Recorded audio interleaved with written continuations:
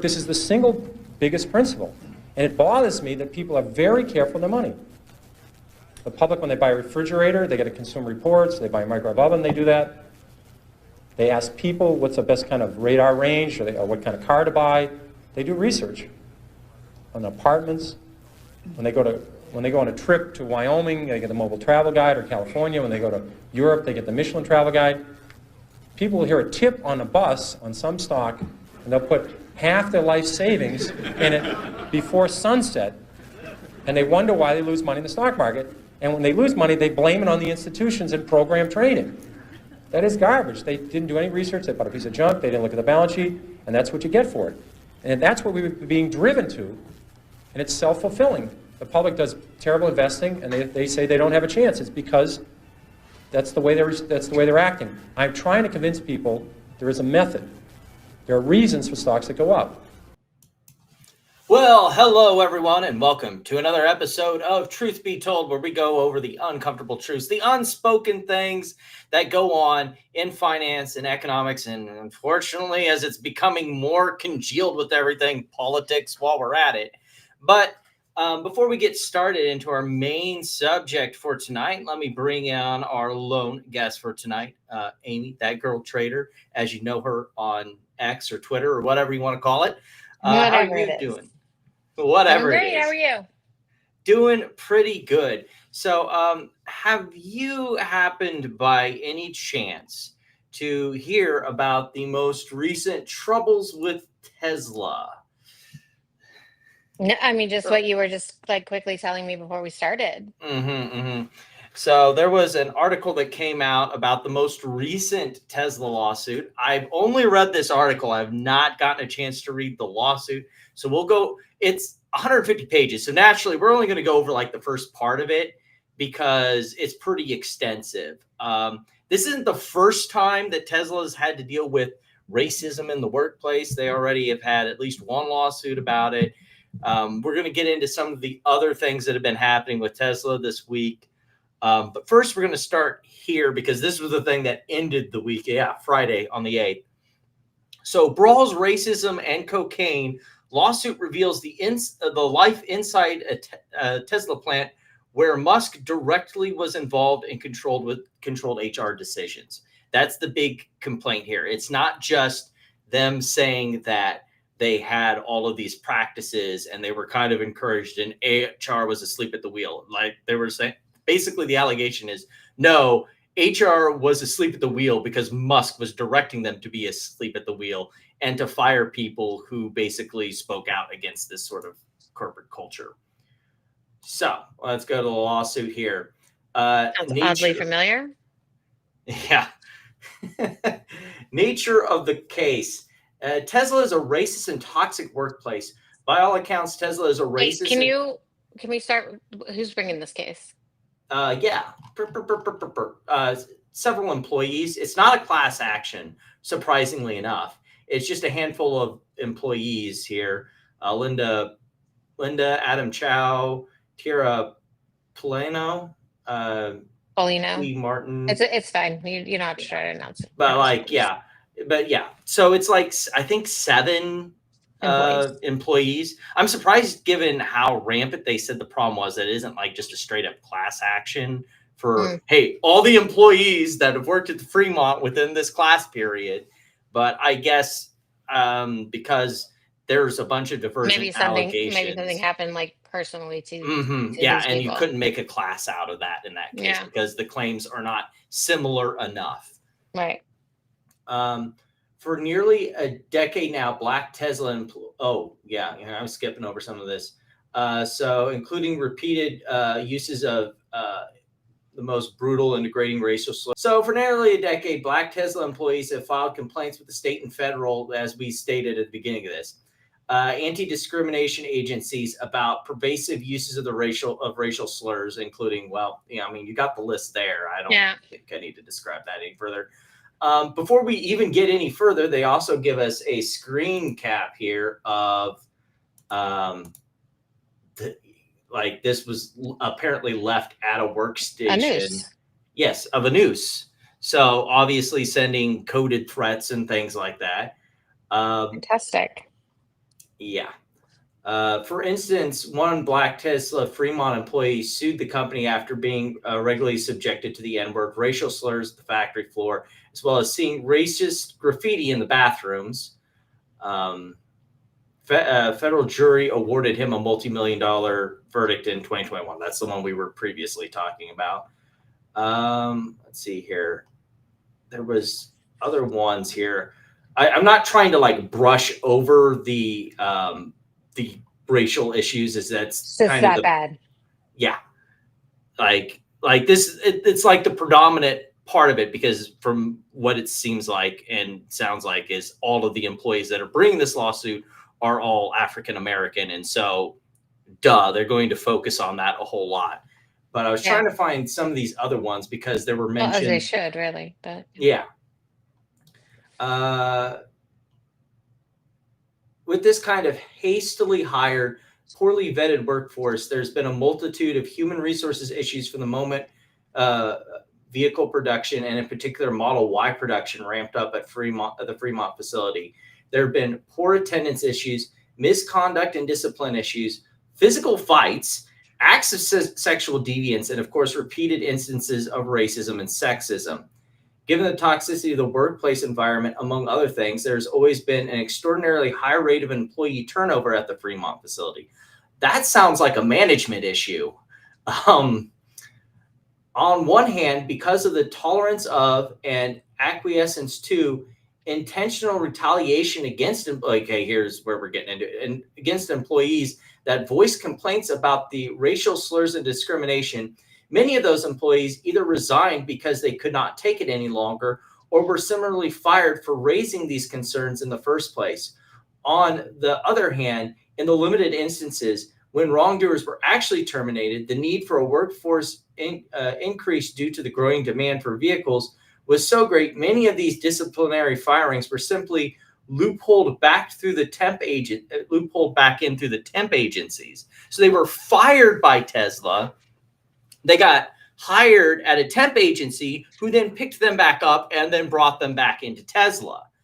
Amazing. why would they do that? Why would anybody even take that? You would think if they got fired for disciplinary actions, it would show up and they would just not hire them from the temp agency. So in other words, Well, I meant the workers. Why would like a temp agency? Don't they like call you with something? I mean, you have a choice. You don't have to take it, right? Right. But yeah. Oh, so what they're arguing is that Tesla did this intentionally. Like they're saying, hey, just go to this temp agency and then we'll hire out of the temp agency pool and we'll bring you back, even though we fired you. Yeah, Tesla would simply bring back particular persons through the temporary agency so that the individual will not be subject to Tesla's own internal background check process, which would have immediately red flagged that individual. Well, that's fucking terrible. This loophole reality contributed to the lack of morale at the Fremont facility and exasperated the toxicity there. Everyone realized, both wrongdoers and high performers alike, that there were no real consequences at Tesla for the violation of any anti-discrimination or anti-retaliatory policies, nor any true workplace accountability of any kind.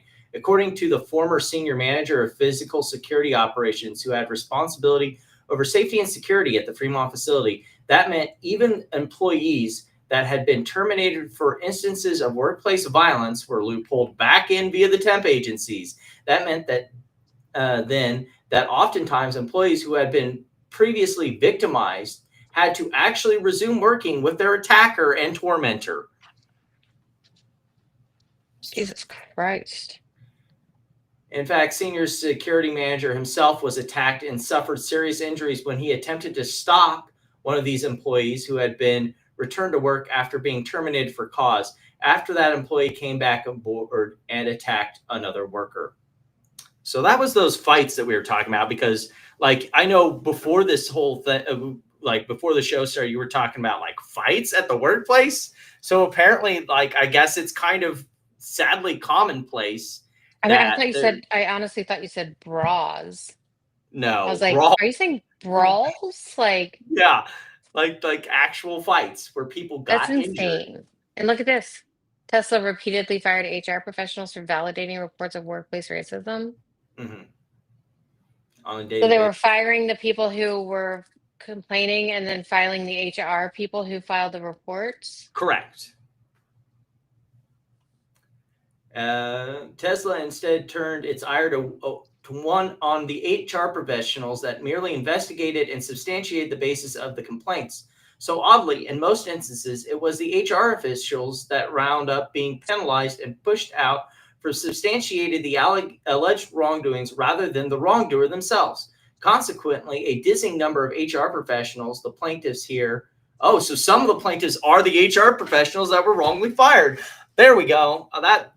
So half of the complainants are HR people that were pushed out for simply going, hey, this person is violating basic policies against discrimination that are codified in California law. And it's like, oh, that's nice that you brought this up to us. You're fired.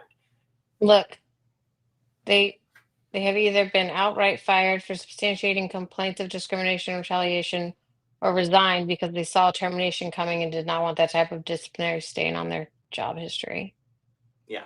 And in some states, being fired with cause is a reason to be denied unemployment benefits. So it's better Right. to just walk out than get fired with cause. Fremont operation managers had a rabid and irrational desire to fire an employee because she had taken a statutorily protected medical leave. An HR manager refused the operating manager's repeated request to terminate the employee for taking medical leave, since, of course, that would have constituted illegal disability-based retaliation. But yet, it was the HR manager that was fired for poor performance after validating the discriminatory basis of the operation manager's motivation for the termination. A manufacturing employee made an angry comment to a black employee asking him, "Do you want to hang by a tree?" Holy shit. Now, I know these are just like allegations, but still, this is like vile shit. An HR professional investigated the black employee's How is complaint. like I don't know how I just heard about this from you. Yeah. This Well, is this just dropped yesterday. So, like, this is crazy. And the investigation confirmed that there was indeed, that this indeed happened. But yet the HR professional was chastised and given a poor rating on his performance evaluation. He was then threatened with agreeing to either a performance improvement plan with benchmarks that were intentionally unachievable or okay. to take a severance A package. second. No, you go. Sorry. Yeah. The HR professional's direct supervisor spoke up in defense of his investigation and performance. She had supervised his hang by a tree investigation and endorsed his termination recommendation. But yet she too was terminated for poor performance. Jeez.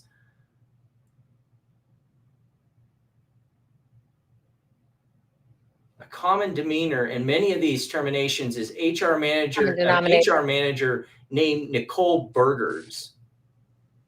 By all accounts, Burgers has had an irrational fixation on fostering the delusion that the environment and the culture at Tesla is one of tolerance and innovation rather than racism and retaliation. By all accounts, given that Burgers was the overall HR manager for the entire Fremont facility, she believes she would be held accountable for future instances of racism and misconduct at the Fremont location. Okay, let me know when you're particularly gonna move, babe. Sorry. in light of the federal private litigation against the company. Thus, rather than undertake to change the culture and environment fostered by this type of racism, Burgers instead undertook to weed out the HR professionals beneath her that merely investigated and substantiated the occurrences. So basically what it sounds like is, oh, we got sued for discrimination a couple years back. Oh, what we're going to do is we're going to basically make a policy if everyone just shuts up about it and makes it'll all go away that way. You can't have racism if no one speaks up and talks about it. That's how you make the racism go away at Tesla, apparently. Yeah. Nobody talk about it. Yeah. Invariably, So each of these till we file a cases, suit. right. But like they clearly they felt like they were forced to do it, right? I mean, like it didn't Right. happen Because by there was nothing accident. else that was going to change. I think it just Or it's- happened to enough people, probably. right. Well, that's usually how it works. Is you get enough people that are uh, that are that are tired of this, and eventually the only way that you have to get justice is the court system, unfortunately, because the company won't do anything about it. Oh, here it is. A PIP or a package. That was the Hobbs choice burgers presented to many Tesla HR professionals. She and her Texas-based HR counterparts pushed out. Either accept an unattainable performance improvement plan or accept a modest payout and leave. Regardless, the writing is on the wall. You're out.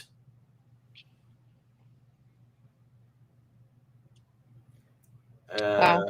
It's Look one at of the that. many. Elon Musk was aware of and directly involved in the efforts to try to mitigate the staggering degree of turnover within the Fremont HR department. As a consequence of the Fremont facility's general danger and dysfunction, Elon Musk, co-founder and CEO of Tesla, frequently visited the facility and walked the floor of the Model Y production line in particular. Musk leads all production design, engineering, and global manufacturing of the company's electric vehicles, battery products. Musk frequently sat down face-to-face meetings with Model Y employees at Fremont of all levels of degree and authority to directly discuss the myriad of issues, including manufacturing inefficiencies and product problems, company culture and work environment, and the recruitment and retention of employees. Musk was a frequent visitor to the facility, and not just for high-level photo opportunities, but to take a hands-on approach to management, which he's obviously always advertised. For instance, Musk would promote individuals right on the spot who, by his estimation, he believed could perform better in a particular position or otherwise accomplish a task or function more effectively. As well, Musk would eliminate certain positions and functions that he considered to be a bloat and inefficient to the manufacturing process. Musk would also reassign certain functions that were being managed from afar, like from Tesla's headquarters in Texas, to an individual directly on site in Fremont who had actual daily contact and exposure to the to issues of the plant. And Musk would repeatedly tell employees that they had an open line to contact with him, frequently telling workers to email him directly if his directives were not being followed and executed. I can see how that would cut both ways. As above, Musk was known to make personal changes on the spot. Notably, in February 2022, Musk personally promoted a woman named Jones to become the overall HR leader at Tesla's Fremont facility. After meeting with the HR team, Musk has said right then and there Jones was the best person to fill the leadership role. Given that he was the CEO of the company, Musk obviously expected his personal directives would be executed. Okay, that's just a group photo. I think this is mostly, I'm trying to find stuff where it's like there's actual hands-on stuff, because I know they're mostly connecting that, he comes here often. He should be aware of this problem, but I'm trying to find where there's like some more direct cooperation here. Not saying that there isn't or couldn't be some discovered, but I'm trying to see if there's any. Well, that when we are they have saying right this took now. place? Because Fremont was like the headquarters, wasn't it? For Before a long time, it Austin was the only production facility. right. So when are they saying that this happened? Because it's pretty easy. You can assume that he was there. Yeah. Well, from the way it sounds, like the photos that they were talking about there, so was 2022. So I'm assuming that's at least the start of this. I don't know how long they're saying. I assume they're trying to say that it has continued into the future, but it sounds like from their starting point is 2022, which would be after the previous lawsuit concluded in 2021, the one about the last lawsuit that they had about discrimination. So they moved to Texas just officially December 2021. Okay.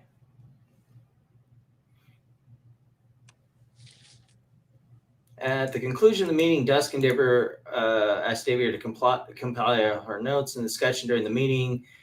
He did so at the same evening after the first consultant with Jones about the email contents and with the Fremont overall, where both present during the June 9th meeting, the email, with the meeting minutes.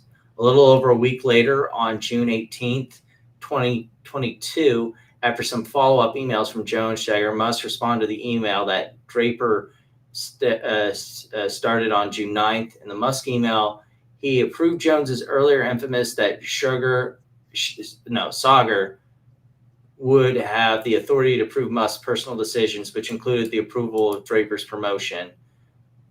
Okay, so basically it sounds like it doesn't sound like he, like, at least what they're accusing there at the beginning part, that he had any like hands-on thing directly, but he should have been aware of, and he was there at the plant often. He responded to emails. He said that there's a direct line of communication between me if at ever you wanted to. I don't want to make the whole evening this lawsuit. So right, but it could be. It sounds like. I dig into it a little bit more. I can't believe there's not more being said about it. Like that's, I mean. Well, I mean, terrible. the article points out that they were talking about that there was cocaine and fentanyl was routinely used. They had acts of sexual deviance, that there were employees that had to be pulled off the manufacturing line and sent home for being intoxicated at work. Like, it's wild. Like when I titled this episode "The Fremont Frat House," I wasn't fucking kidding. Like, right? This whole description is like a college boys party frat house, and it's amazing that work gets done there at all. But I mean, frat house has rules. I know, right? So that was one of the things that I wanted to bring up. And to lead into some of these other lawsuits that we've seen, I think we talked about it last week that that the wrongful death lawsuit for the FSD case ended up being in favor of the plaintiff against Tesla. Yes. Well, then did you see they just got their robotaxi? Sorry, I've got a kid running around here. Yeah. Did you see that they got their robotaxi thing in here in Texas? Mm-hmm. Yeah. I think I've got that article here. Let me. I still want to see how insurance companies are gonna deal with that. Yeah, here it is. So the Tesla robotaxi secures permit to run ride-hailing service in Texas. I want to know why that wasn't a super long test period that they had there. Yeah. Well, running a limited ride-hailing service, the Austin fleet will consist of Model Ys. What does that mean? Like an Uber? Like what's it's like ride sharing. Is like Uber and Lyft. So is there like an app where you call? Yeah. Okay. And it's in limited beta right now, where only certain Tesla marks can access it and stuff like that. What, like their favorites or? Yeah.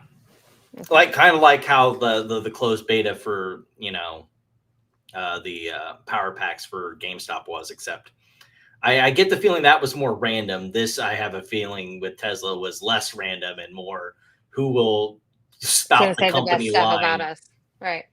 Yeah. But before we, but has anyone actually done it? Like, do we have any like? Yeah, like there are people that like I want to say at least last month that were testing it out.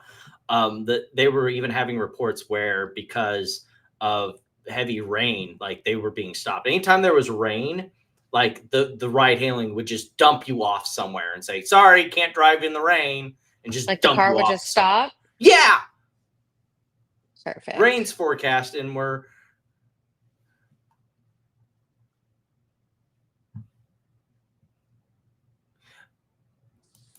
it's not just that though, Puzzled. It's the whole issues compiled together in the complaint.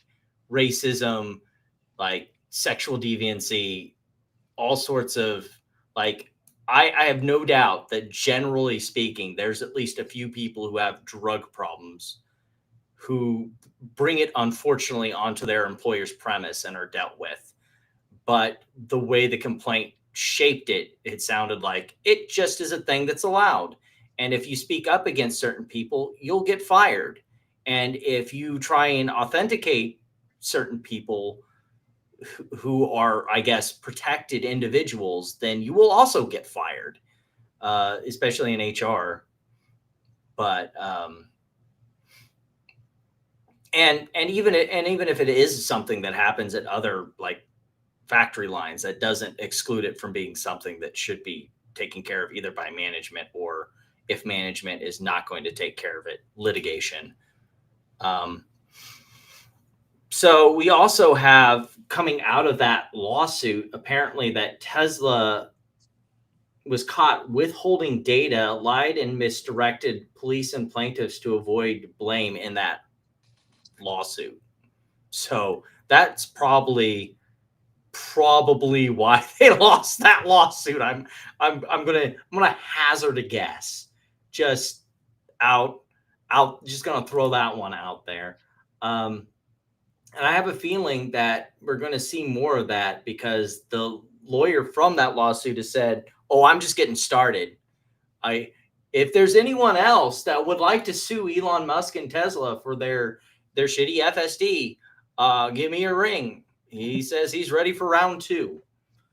And then most recently, I don't know if you knew about this, but this is kind of interesting considering that they're planning on expanding the FSD program. Remember when Adam Jonas like upped his price target to like ridiculous numbers based on Dojo?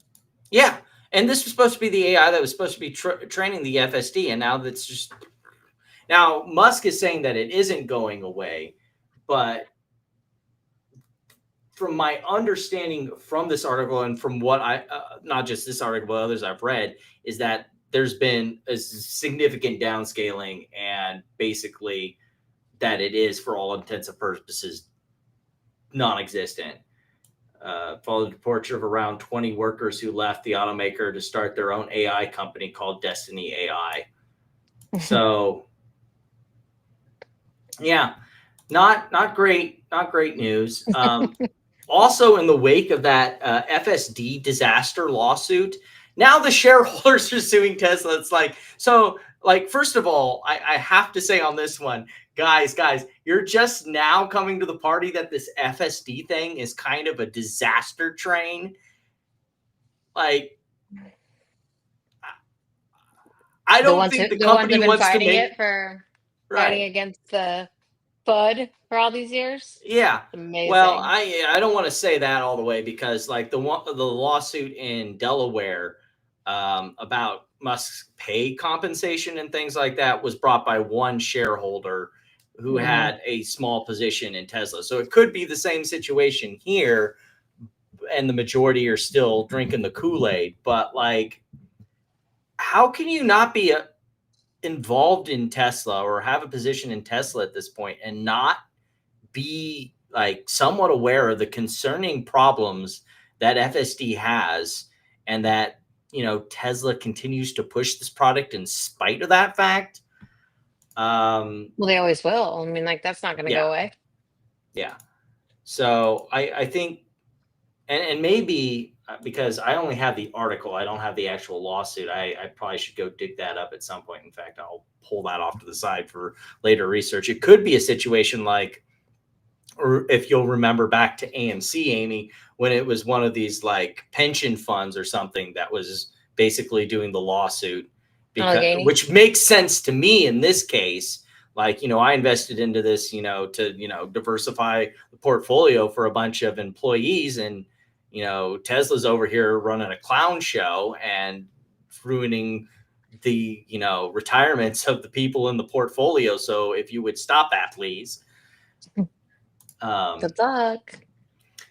In spite of like we what was kind of made interesting, the whole Texas approving it thing, and maybe this is why Texas approved it, because before we knew about the Texas approval, which happened Friday, right? Or is that Thursday?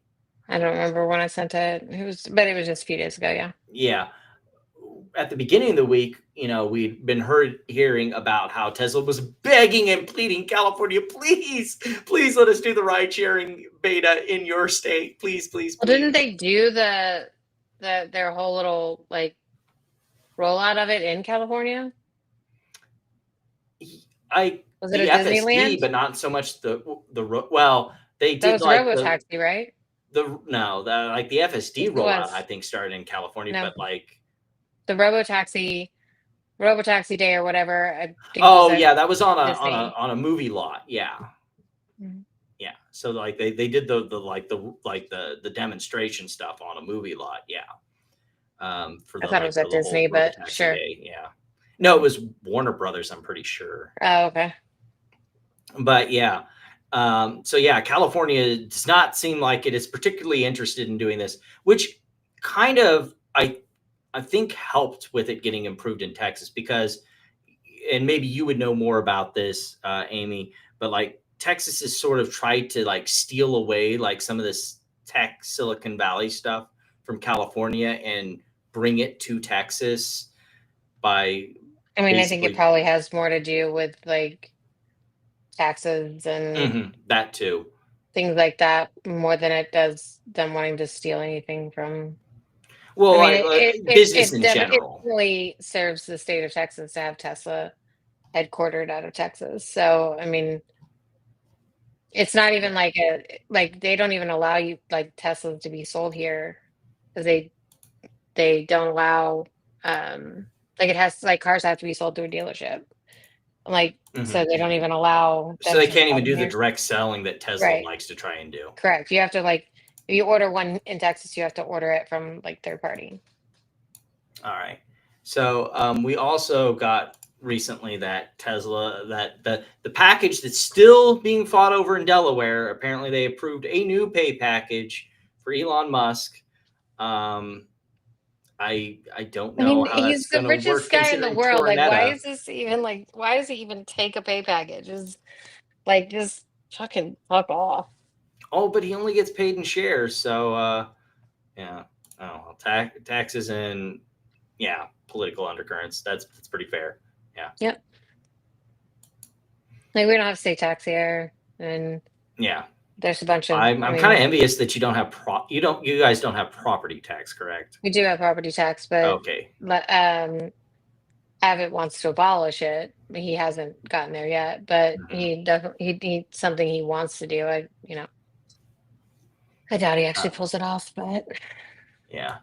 So one last thing on the Musk front before we move on, we've got some new news, sort of in the lawsuit that we've been off and on again covering, the X sues the advertisers lawsuit, where it started out as RICO but it sounds like it's moved more into like defamation territory, uh, or not RICO, but antitrust. Sorry, antitrust. But now it's been more leaning heavily on the defamation argument, or the whole thing of all the ads are being put up again, but next to neo Nazis, and so they're also going for the whole defamation angle.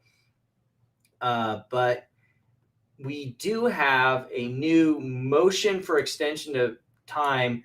It looks like they're looking to do discovery for to see if the court has jurisdiction even over this case because of all the parties involved. So this case could be moving again. I thought that had been settled. There was also back on July certain like not all the entities, but certain entities that were in the lawsuit were dismissed from the case. So this is moving all abouts and all around. I don't see it being dealt with anytime soon. But like, I'm surprised it still lasted this long because I think a lot of the claims in that case are just kind of bullshit. yeah. I mean, we've discussed it before previously that a lot of those No, you don't those advertise there. Just don't advertise there. Like, yeah. don't be a brat about it. So there was some parts of this that I was wanting to move into as we move into our real world topics, but I think given what we were discussing and what just hit the news most recently that we heard, I think we're going to skip over and then come back to, because we're Which going part? straight to the news that dropped Friday and Oh, was okay. added to today. Of now, I know you had your original opinion when this dropped Friday about preparing for an IPO for Fannie Mae and Freddie Mac later this year. We didn't hear anything too particularized about it at the time, but there was the article dropped from the Wall Street Journal, and I was like, With the this, sources. yeah, from sources. Mhm. At the time, it was just like sources. But then we got, where was it? I know I put it here. Where is it? Ah, yes. But then we got like Donald Trump literally posting this image over on Truth Social. And then everyone from Bill Pulte and everyone else was like, oh, yeah, look at Donald. So, yeah, this Fannie and Freddie IPO apparently is a fucking thing.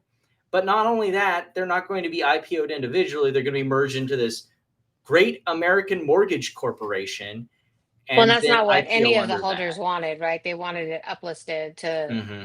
they didn't want like Yeah, holders. see, And this like, what happens to them? Like, what about their, that is the exact question I'm wondering about, because if it's a new reorganization of the company and an IPO, to me, that sounds like the old shareholders are getting wiped. Like, that's my concern. Now, we don't know any specifics. No specifics have been said yet, but like, that's what makes sense to me. Why else would you IPO? If you were just going to keep the old shareholders, you just need to uplist. Or at the or what you could be doing is you're going to do what you do in a bankruptcy and compress them down before you do the reorganization part. So whatever ownership they had in the company is about oh, to well, look, get that even has a diluted. date, November 2025, Yeah, MAGA listed. yeah. So I guess that's the ticker they want to use. I don't know. I heard it's already taken. So Is that what you think? yeah, because usually you have the ticker symbol listed NYC or NYSE. So yeah, it could be just a joke thing as far as the MAGA part, but that's usually how that works. Yeah. Um, so Perfect. that's my big concern here. Like, what happens to the old shareholders? What happens to the old equity? What happens to the old warrants and Well, everything? surely Ackman isn't, I mean, Ackman's definitely buying We the listed ones now. So like, I mean, he's not, Yeah. hmm. And he's been pretty silent as far as I No, know. he hasn't. Oh, he He has? he commented when the article came out that Pulte said that that the last one that came out about what Pulte said, Well, I and he mean, was this like, new one I about think the they're IPO, mischaracterizing what he said. Oh, I haven't even looked about the because IPO I thing. haven't seen him like now I don't follow Ackman directly, but I had from what I had heard, he hadn't really said anything about this whole IPO thing, and Pulte hadn't said anything until this post came out and he retweeted it, which I hate to be this person, but it seems like anything dealing with Trump, you don't want to fixate on what they're saying. You want to fixate on what they're not saying or what they're not answering. Like, if they get answered a direct question and they don't want to answer that question, you know the answer to that direct question, especially if it's a yes or no question. So if they're like, ooh, shiny, we're doing this IPO thing, it's like, okay, but what about the shareholders? And if it's crickets, you know you're fucked. So that's what we're waiting for at this point. Someone to Okay, be so ballsy enough. he's got he reposted a tweet. This was Mhm. 2 days ago of like the picture with the kids sitting in the desk. Yeah, Said, Dad, how did we get I've so seen that one. rich? Yeah, yeah, yeah. I don't know. So that's the problems I'm having here. There's a lot of pointing at the shiny thing, but there's no discussion about, okay, what does that mean for everybody? Yeah. I would agree with Puzzle. It's going to be a clusterfuck with all the preferreds and the government shares and the warrants and all of that stuff. Somebody gets fucked here, and it's not going to be the Yeah, government. yeah. There was some people talking about on the Fannie and Freddie subreddit about how the government could like create a new successor entity, and I just wanted to go over that really quick because you kind of have to read between the lines here and know exactly what they're talking about. So what's being talked about is this section F here. Organizations of the new enterprise. The agency may, as a receiver for an enterprise, organize a successor enterprise that will operate pursuant to subsection I. Now, one second here while I get to the part where there's subsection I. No, that's not the F I wanted. That's also not the F I wanted. Oh, I know what's wrong here. Shoot.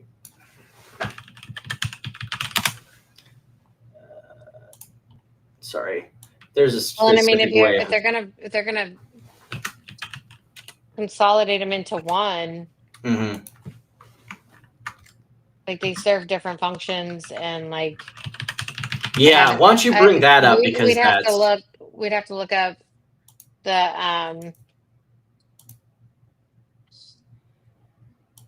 conservatorship and how they have that set up, because I don't know right off the top of my head.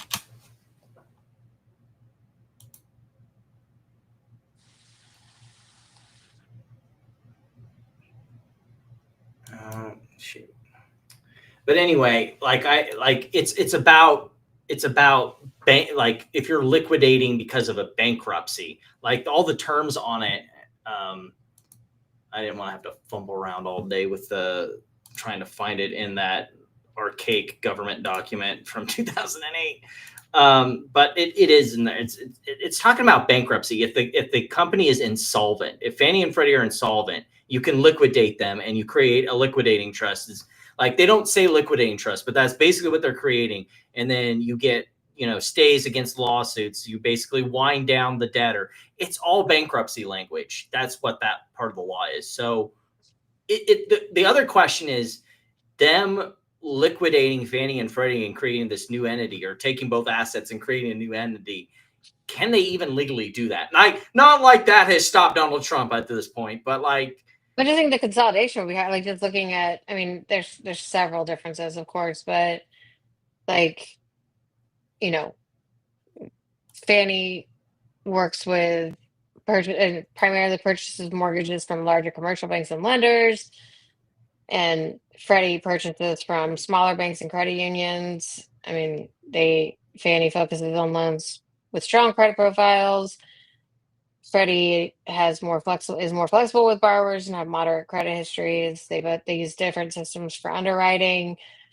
Fannie is Home Ready loan program for low to moderate income. Freddie is Home Possible.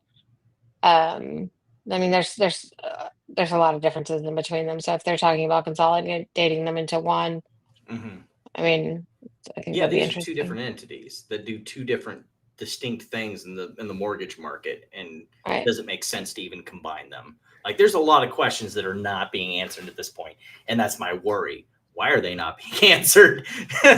Yeah, especially if he's talking about November of 2025. That seems that's awfully really soon. quick. Yeah, for whatever this is.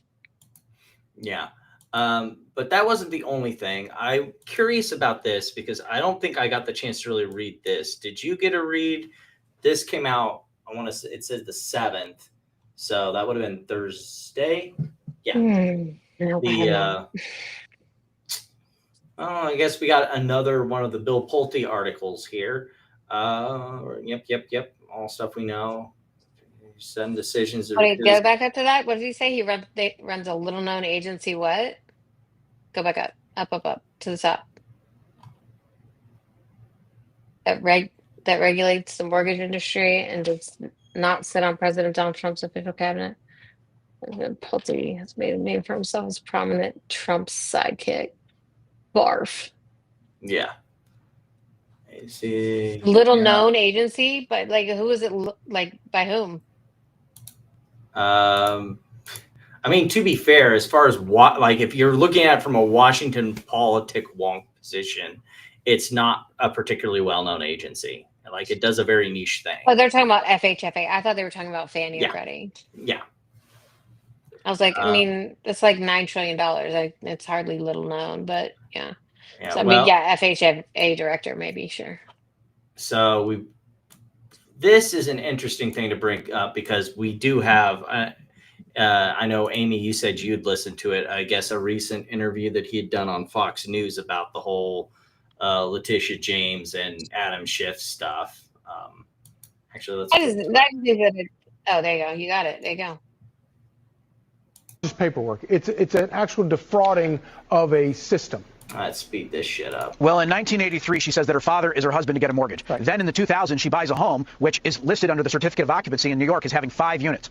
You can only really get a Fannie Mae, Freddie Mac, or other related mortgages if you have 4 or less units. It's because units that have units of over 5 are actually more risky. It's part of the reason we had some of the mortgage crisis that we had in 2008. This is a very serious issue. Then she had multiple free refinancings over the years, represented that the units were either 1 unit or 4 units, when really the certificate of occupancy said 5 units. Then, to make things worse, Charlie, she said that she had a primary residence in Virginia when she was the Attorney General of New York. She signed an affidavit, and on top of that, she had a second home, if you can believe that, in Virginia, that we believe is not her second home. So I believe this is riddled with mortgage fraud, and frankly, I think that's why she knew so much about the law in terms of how to go after President Trump. Was she was the fraudster, Right. not President Trump. Yeah,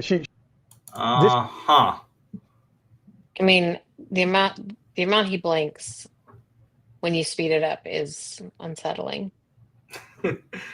Yeah. So, like, that I mean, this has been his little side job, is like the article said, Donald Trump's sidekick, to go basically rummaging through the mortgages of people that he doesn't like to find the dirty deets to pull out.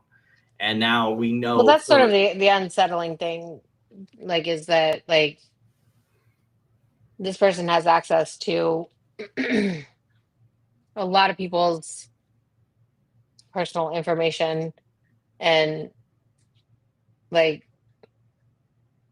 he's a spin doctor. Yeah. Not to say that's not true. Maybe it is. And if it is, like, I was present for a whole lot of mortgage fraud, and it was awful, and fine. But I don't know. I just think, like, the president who ran on not prosecuting political opponents and lawfare and blah blah blah, and, like, I mean, it seems like there's an awful lot of that going on. Yeah, this was supposed to be another one of those hit piece things. Because he just had somebody investigate what Mhm. was his name? Scott. Well, not just investigate, but now, as we know that. Well, we know now that he gave Trevor Milton a pardon based on the person who was bringing him in to repay retail shareholders. Yeah. Like, just because it's because of who it was. He doesn't. He said himself he doesn't know anything about him. Yeah. And now we know that basically they're going to get a special prosecutor to investigate the whole, both Letitia James and Peter Schiff. And like we discussed, what was it, last week or the week before, that the Adam Schiff one is completely spurious, because not only is this old stuff, even know. I haven't even looked at Adam Schiff. Well, basically what they're saying is that he's claiming both Washington and California as primary residence, which, no shit, Sherlock, he works in DC. He's a congressman. It's not an unusual thing to do. And also his constituent base is in California. So that's the entire basis of their argument, is to try and say that, oh, well, he's trying plenty to of people who, like, claim dual residency, like primary residency. And so I know plenty of people who live half the year in one place and half the year in the other. But that's, and it's been brought up previously. I want to say this stuff's back from like 2019. I saw articles about it. So, like, this isn't new stuff. This is just stuff going back through the rent cycle. I don't know, like, so much like the Letitia James stuff is more new, and you could maybe make a better argument for it. But at the same time, it just feels like someone who's going through trying to find dirty laundry in order to attack political adversaries. So, not a good look. For me, I'm just like, that the country has real problems. Like, like that need to be fixed? And like, is there any serious people in the government? Like, this is crazy to me. Yeah, this is kind of interesting that like this article has bits and pieces, but I feel like I don't know. I wouldn't call it like this one. Like the Vox one was obviously the one that was the closest to like being actually cutting. All these others, like there's almost like a amount of platitude towards him, and I don't know. Like this is all stuff that pretty much has been gone over, and that's I think a problem with a lot of these articles is like, you know, I know most of the average people won't want to go through, you know, Pulte's entire time in the meme stock community and all that stuff, but it just it lacks depth. It lacks teeth when there's plenty of stuff that if you spend 5 seconds looking at Bill Pulte, like the skeletons come out of the closet pretty quick. You just kind of have to look.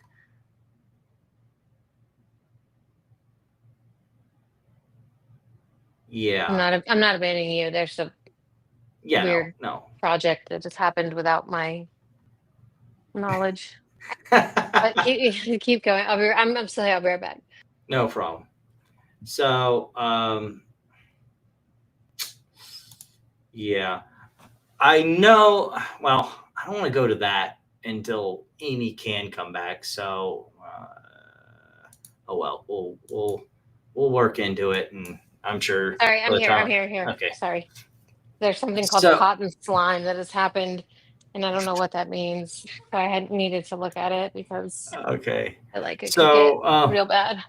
So last week we also talked about the vacancy at the Federal Reserve. There were some rumors I haven't looked at Stephen Mirren yet. Yeah, so there's some rumors about who is going to be filled by your favorite Amy, James Fishback. Was one of the people that was named. One of the what ended up happening though was I didn't mean to close that while that was there. There we go. Who ended up getting picked was Stephen Mirren to temporarily fill the vacancy. So it's not like he's going to be a full-time member. Where did he come from? Is he a part of the administration now? That's why I'm scrolling through because I don't remember him in any way. That's not the one that was talking on the 3-person interview we watched, right? I don't think so. Okay. But yeah, I guess he was vocal about the tariff policy, current chair of the Council of Economic Advisors. So he's been in the administration, but not like in a, like I assume he's been well known in Trump circles, but he's not like super prominent. But he also, it's not anyone I'd heard of, so I didn't know. Yeah. And I haven't had like a second to even look. Yeah, so he still has to be confirmed. So but he has an economics degree from Harvard, right? He has an economics degree from Harvard, I think I read. Yeah. I was just scrolling by that, and so. Not that matters. We need a yes man in there, right? That's pretty much what all these posts are when you get down to it at the end of the day. Speaking of that, article that just dropped today that, pretty much spelled out what we already knew, that Trump basically uses his tariff policy to enrich his buddies and further, his goals. I mean, using it more as like a bludgeoning stick instead of, saber rattling as you do tariff rattling. That's not a particular surprise to anyone. So I guess this is the part of the stretch where we'll go over the different tariff things that are going to be happening. First, we know that, what do you know? Tariffs are going to go to consumers and make things more expensive. Who could have guessed? Let's see here. What was it? Oh yeah, this one was important. So we got, I thought I thought from last week the discussion was that there was going to be no more extensions to the tariffs, but apparently China's getting another 90-day extension. So just whatever. This one was the fun one, the TSMC one, getting exempted from the semiconductor I feel like every time tariffs. they try it, or at least this last time, weren't they like, okay, well, we'll just invade Taiwan? Yeah. This time, though, they exempted them from the semiconductor tariffs, which is, I jokingly said, I think on X, was the moment Trump realized that Taiwan Semiconductor makes every chip that deals with CPUs and GPUs. So there's something, I was reading something about funds that are using the taco strategy. Have you heard this? No, but do tell. That sounds funny. Taco equals Trump always chickens out. So I guess the joke here is to buy the dip on any tariff related.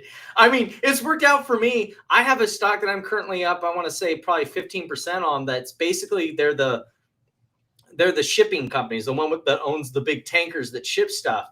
And my theory is, oh, well, who cares about Trump tariffs? They'll just ship the product somewhere else. Mm-hmm. And you know what? It's paid off. Mm-hmm. Yep. Oh, I just thought that was hilarious. I was like, there's a name for it. Yeah. It's embarrassing. But you can rest assured that the actual ETF? NVIDIA, it's not an ETF. It's just that they just like, whenever he announces tariffs, I guess it's a set of stocks that falls under the Trump always chickens out. It's NVIDIA and, the ones he always is going to exclude. Mm-hmm. So like there's been exceedingly less noise on the tariff front this week. Hopefully things will settle down, maybe, huh? Maybe fucking chill out for a sec. I mean, it ain't gonna happen, but at least wishes and fishes and stuff like that. This one I thought you might find interesting. Speaking of NVIDIA, Amy, I have watched this video. I'd recommend other people watch it. It's Gamers Nexus is basically using this as a preview to the video they're getting ready to do to release. They've already done it and asking for people to help basically fund it because they've already paid it, and for it that they're going to produce and release it, but it was expensive. And basically their investigation? Yeah, they're long and they were in China investigating about the black market for NVIDIA GPUs. Okay, play this. Play this. Yeah, sure. We've been investigating the NVIDIA GPU black market in China for the last 3 weeks, and this is our biggest story yet. And also, I may or may not have been detained for an extended period of time for questioning at customs by one of the two governments involved in relation to getting this story. But I've been advised not to talk about that today. Also, we might upset NVIDIA.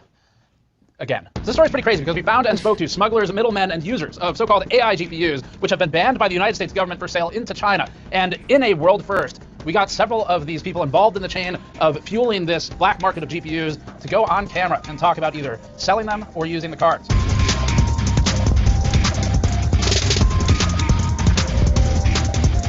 As recently as a day ago, the U.S. government arrested 2 Chinese nationals for smuggling GPUs past U.S. borders for export into China to be sold on the black market. We are making a full-length movie about all of this, and we need your help. In this story, we spent 2 weeks traveling over 2,300 miles, or 3,700 kilometers, inside China to talk to those in the know. We then spent a week in Taiwan to find intermediary companies. We worked with this guy in Huizhou, known as Mr. 5, and we asked him this question. 你觉得 NVIDIA 知道这个是当然知道的，但是就是它是怎么说呢？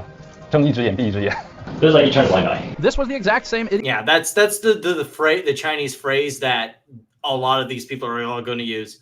One eye open, one eye closed. Basically, NVIDIA turns a blind eye. They know it's happening. They know that these black markets exist. They're not directly participating in them, but they're not going to stop. If a few of their GPUs disappear out of a factory, oh no.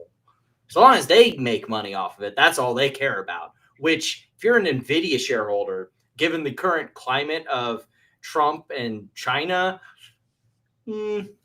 might be something to be a little concerned about. Just saying. Idiomatic proverb given by two other middlemen in Shenzhen. I want to see why China detained him. Well, they don't get into that, and I don't know if it's China that detained him. I mean, it could be. It's probably China, but it could be in America. But it's probably China, especially. I thought it sounded like he meant. It sounded like he said that he was detained in China. Do you think NVIDIA knows? Do they try to stop it? They agreed to let us record the conversation, but said we couldn't show their faces. Can't show their face. Oh, okay. Yeah, and our company name. In Hong Kong, we visited Dr. Vinci Chao's hand-built server at the Chinese University of Hong Kong, a user and purchaser of GPUs which are now export-controlled. I mean, but it's supposed to be banned, right? Yes. But you can just buy it retail in a store. As I said, it's not illegal to buy them. Right. But I guess what surprised me is how easy it is to buy them. With the right price. We met with a dealer of smuggled GPUs in Huaqiangbei who told us just how easy it is to get these supposedly banned GPUs in China by walking us across the street to introduce us to his suppliers. Does he need to make any trips to SEG to buy stuff that we could potentially go with him for? You know what I mean? Like if he has any need to go to Psycho to buy stuff. So yeah, they basically then walk across. And also talking about making GPUs from scratch by adding in extra. 是8 TB 的摄影9点。我们可以线路。Yeah, You can make money. they're basically making GTX 480s from is it 480s, right? Yeah, 490s, excuse me, the 48 gig 490s from scratch by basically stripping out old parts and making them. Now that one, I mean, like, how are you supposed to stop that as NVIDIA? But at the same time, some of these actual like cards, like we get to the other side here. Let's see what. The whole story is fascinating and took us all around Asia, and NVIDIA has been incredibly sensitive about this subject. Months ago, there was a company talking about how GPUs were being smuggled in with lobsters. NVIDIA responded defensively, stating that it'd be better if American companies would focus on innovation rather than making up tall tales about sensitive electronics with lobsters. because like it's an open secret, except the open secret is NVIDIA would get in trouble if they got caught doing this shit. So so who are they exposing here? Are they exposing China or are they exposing NVIDIA? Because one and the other. So like they're exposing this black market. I don't know if exposing it. Most people probably know it exists, but like they're basically talking about this black market and that it exists, but like. If you're going to talk about this black market, most of them are pretty aware that you can get NVIDIA GPUs, just don't say out loud what they're for. Or like buying these from NVIDIA in another country to take to China. So like the previous people that they interviewed said, like NVIDIA is aware of this, but they're not doing anything to stop it. But and that's why they're highly defensive about this whole black market, because, well, I mean, we don't know to what extent NVIDIA is playing in it, but we know at least they're aware of it, and they're not doing anything about it, which seems that they're okay with it because they still make money. But these things aren't supposed to be sold to China. That is the big problem here. So like I think the investigation is mostly about the Chinese black market for these GPUs, but either way, regardless, you're going to end up talking about NVIDIA because, I mean, it's pretty clear, it seems, that they're aware of the situation and just don't care. well, so they're just like making the sale and then they're just repeating. They don't care about it. They just made a sale. They don't care who. Okay. They know it's going to China, but they don't care. They made the sale. And it was clearly in a market that wasn't China. Trust us. And we looked into that too, but I got to save some things for the video. It's interesting further that if you really think about it, a lot. It went to China with an S, not a C. Right. Mm-hmm. China. Yeah, SHAINA. It's legally distinct INA. from the entity known as China. Yes. Right? The cards that are banned for sale into China by the U.S. government, they're made in China. So they can make them, but technically the U.S. says that the companies that have them made are not allowed to sell them to China, where they're made. So this is another part of the problem. That So was always the so- weirdest thing about the whole thing, the ban. I'm like, they're made in China. Right. Well, not necessarily the silicone. Like I think he gets into this. So I like the silicone, the No, but chips, and Taiwan everything are Semiconductor. not made in China, but they're assembled in Right. China. So if a few fall off the back of a truck and disappear, what are you gonna I mean, do? at some point, isn't Taiwan Semiconductor coming to the U.S.? Like, I think aren't they building a big fab? Well, thing here? that's why they're working with Intel on Intel's fab plant.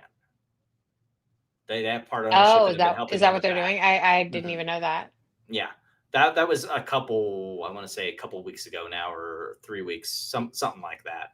But yeah, Intel's been really struggling about getting that fab plant together, and so Intel is getting help Which from is crazy. Taiwan Semiconductor. When you said that, sorry, when you said that, like that was kind of crazy. Like, because Intel does fab their own chips. Right. Yeah, well, Already. now they used to go to Taiwan to because they would design the chip and then have Taiwan Semiconductor. That's what most of these processing companies do that are in like the computer business. Your GPU that's what a lot of people don't realize is like I keep yawning. AMD doesn't make its own chips. NVIDIA Right. doesn't make its own chips. But Intel does. Yeah. Intel does fab their own chips. Mm-hmm. And that's why, like, when you and I were the direction they're going. Yeah. Yeah, like when you and I were talking about it, like that's why, like, I have some intel, and it's really just because, like, if they do get it together, yeah, they'll like. They'd be the and only. It sucks that position. they have gotten so far behind NVIDIA on this because they really could be the leader here, and like but NVIDIA is just first out the gate. Yeah. Honey. So like that's the big thing here, is that you don't know which way this is going to go. Right now, NVIDIA is getting kind of away with this thing, and no one seems to notice or care. But given the current administration, the question is like, how long before someone starts caring? Well, how much have they given? How much have they Trump tithed? Quite a bit, right? That's a good question, because that might be part of well, speaking of the Trump tides, I'm glad you brought it up. Great segue, Amy. Let's talk about those.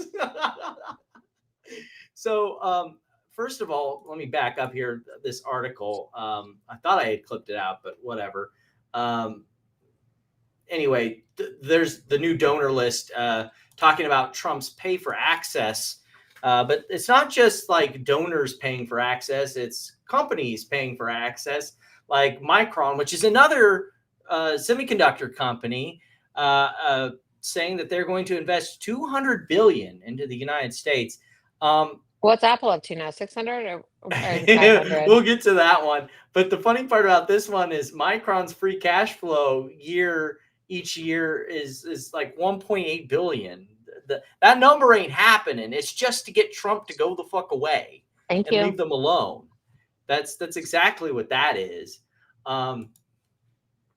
Speaking of Apple, we've got a couple key remarks from. Okay, are you about to play the part where he's like, he basically like insults him? Mr. President, thank you very much for having me here today. You didn't have that part? You've been a great advocate for Where American he talks innovation like that he's and not very manufacturing. athletic or something weird like that? Yeah, that was there. I don't know if It's was so like, weird. I'm like, what are you saying? Like, especially since this guy straight up gives you like a gold bar as tribute.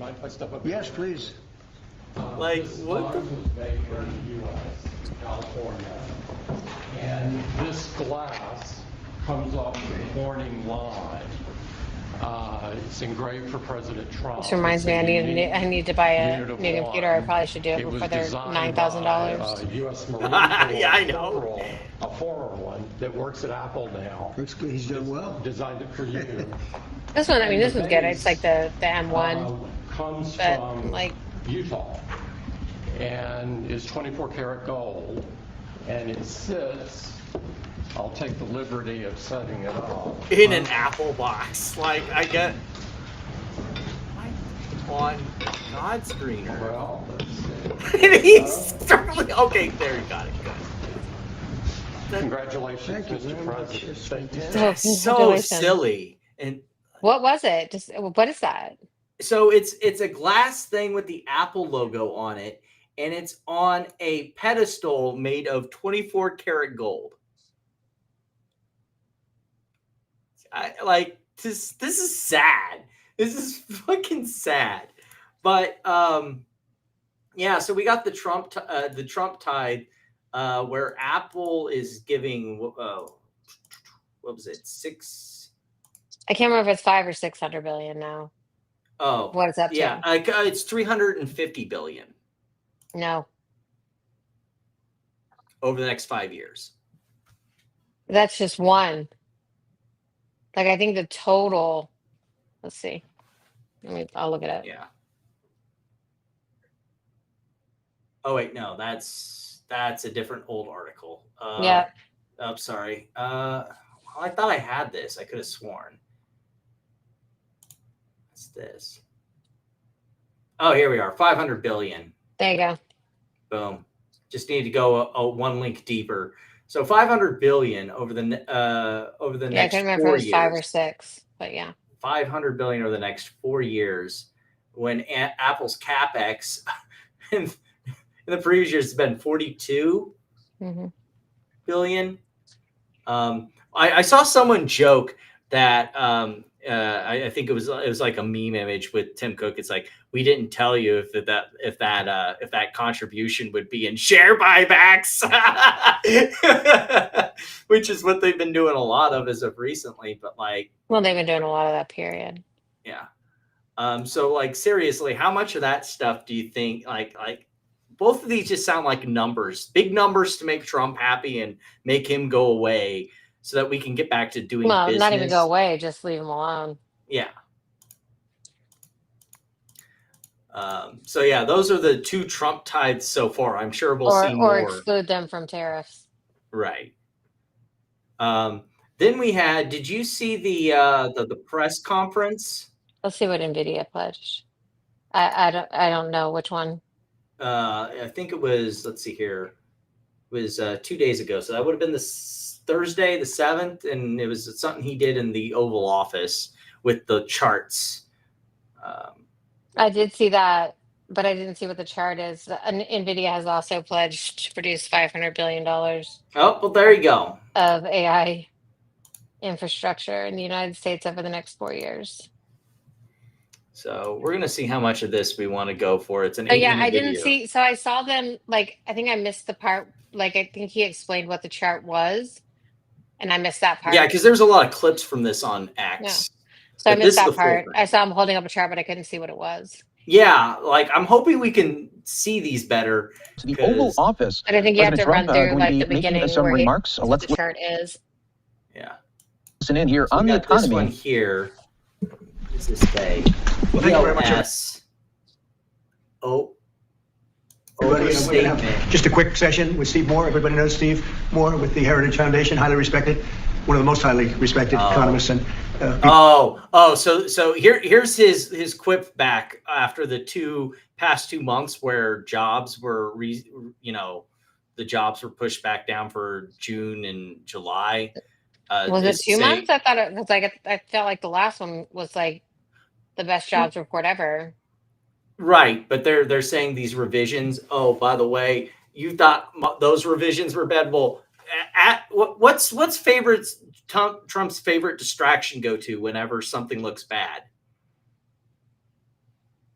Well, read the chart there. BLS overestimates Biden jobs by nearly 1.5 million. Wow. It's the Biden economy. It's Biden. I'm not the one that's having the shitty economy right now. Biden, Biden, Biden, Biden, Biden. I mean, to be fair, Biden did the same thing.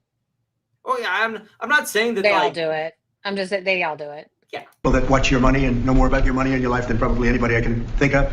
And I want to thank Steve for being here. I saw this today. They came out. What he puts out gets a lot of coverage, and I saw some of them, and then he had a couple of others. And I'd like to ask Steve maybe to discuss a few of these numbers that were just released. I mean, literally just released. And then we're going over, and we're going to do Purple Heart.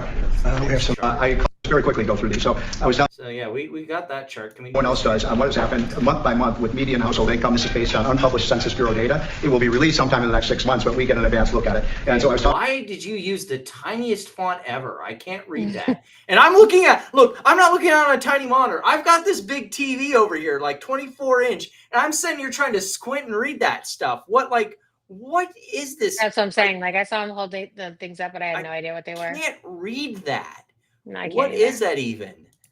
Let's see. Can we zoom? I can't even zoom. The president in his first 5 months in office, starting in January through the end of June, the average median household income adjusted for inflation for the average family in America is already up $1,174. That's an incredible number. Just came out. Just came out. So that's a giant deal. And if I would have said this, nobody would have believed it. There's your number.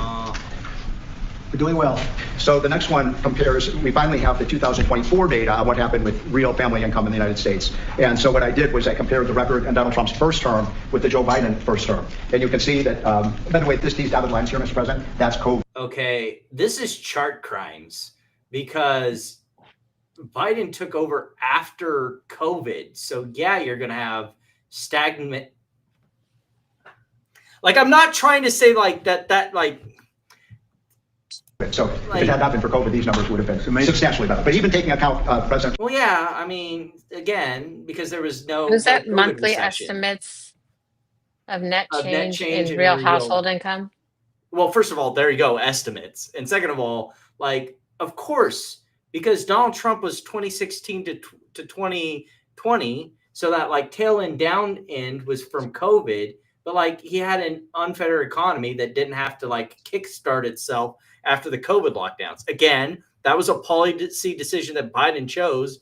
But again, like this is a chart crime because Trump's last year in 2020, we saw a $6,400 real after inflation gain in income for the average family. And that compares with Joe Biden, which was a measly $551. So, Mr. President, you gain 10 times more income for the average family than Joe Biden is because of your policies. This is just a big And that's circle. taken into consideration COVID. Yep. Percentage. So then we looked at which families did the best. And we have data from the Census Bureau that shows by income percentage. Real change in household income during presidency by income level.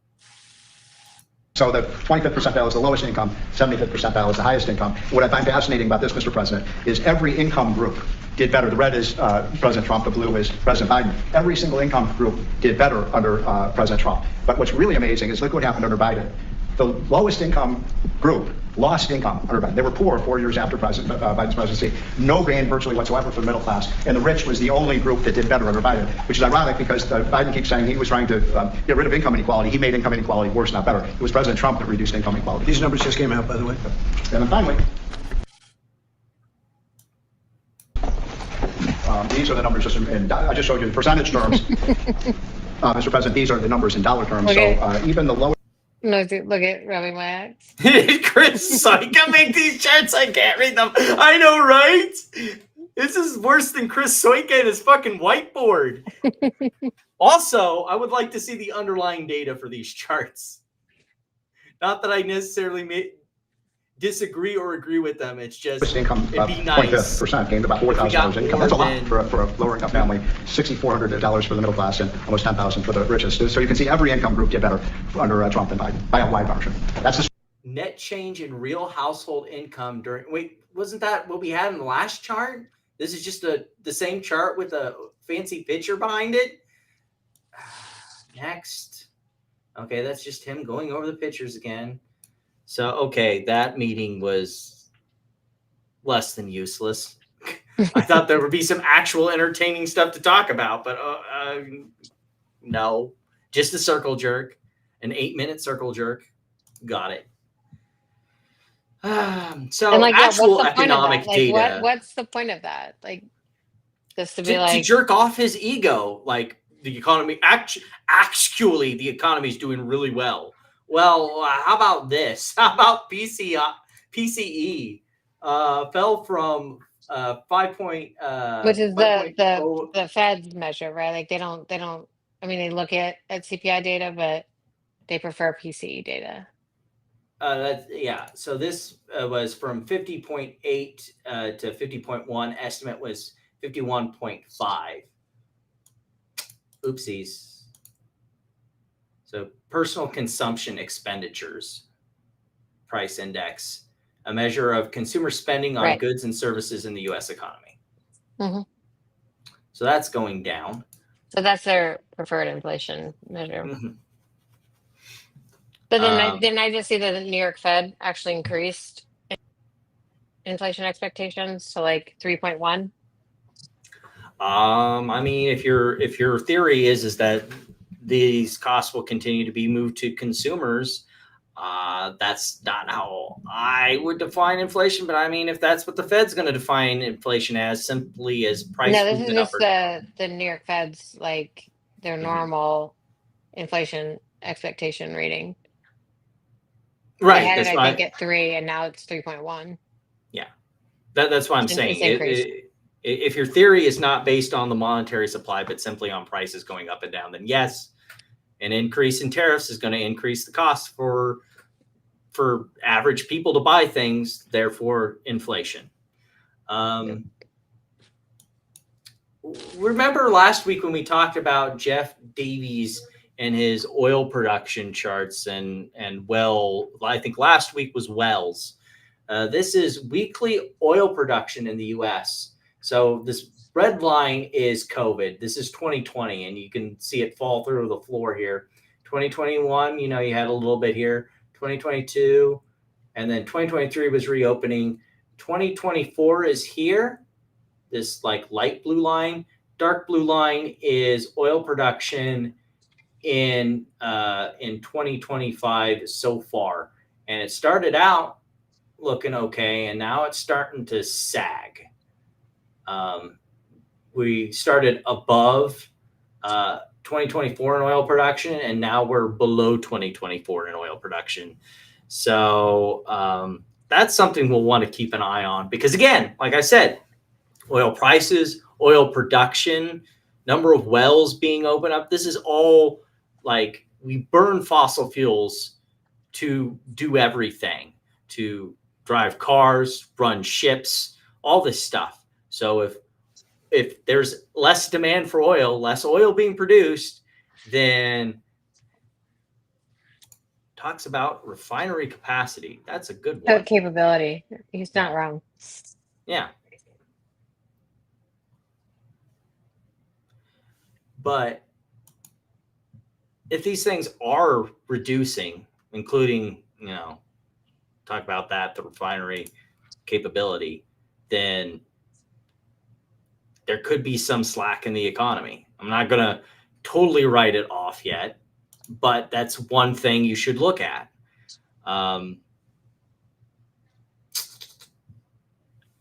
I don't think I'll get to that thing, actually. What were we? Okay, we already went over that. The new nominee. So next up, we have. Let's close some of this stuff. We do have an update in the Honey browser extension lawsuit that I think we covered back when it first started. Just a minor thing to catch on with that. I'll switch from the complaint side to the bottom. Oh, here we are. So we do have an order and stipulation on here. So August 11th is where the motion to dismiss and motion to compel arbitration is due. So that means what? Monday, we should be hearing more on this lawsuit finally. That's been going since? For a while now. Yeah, since January 13th. No.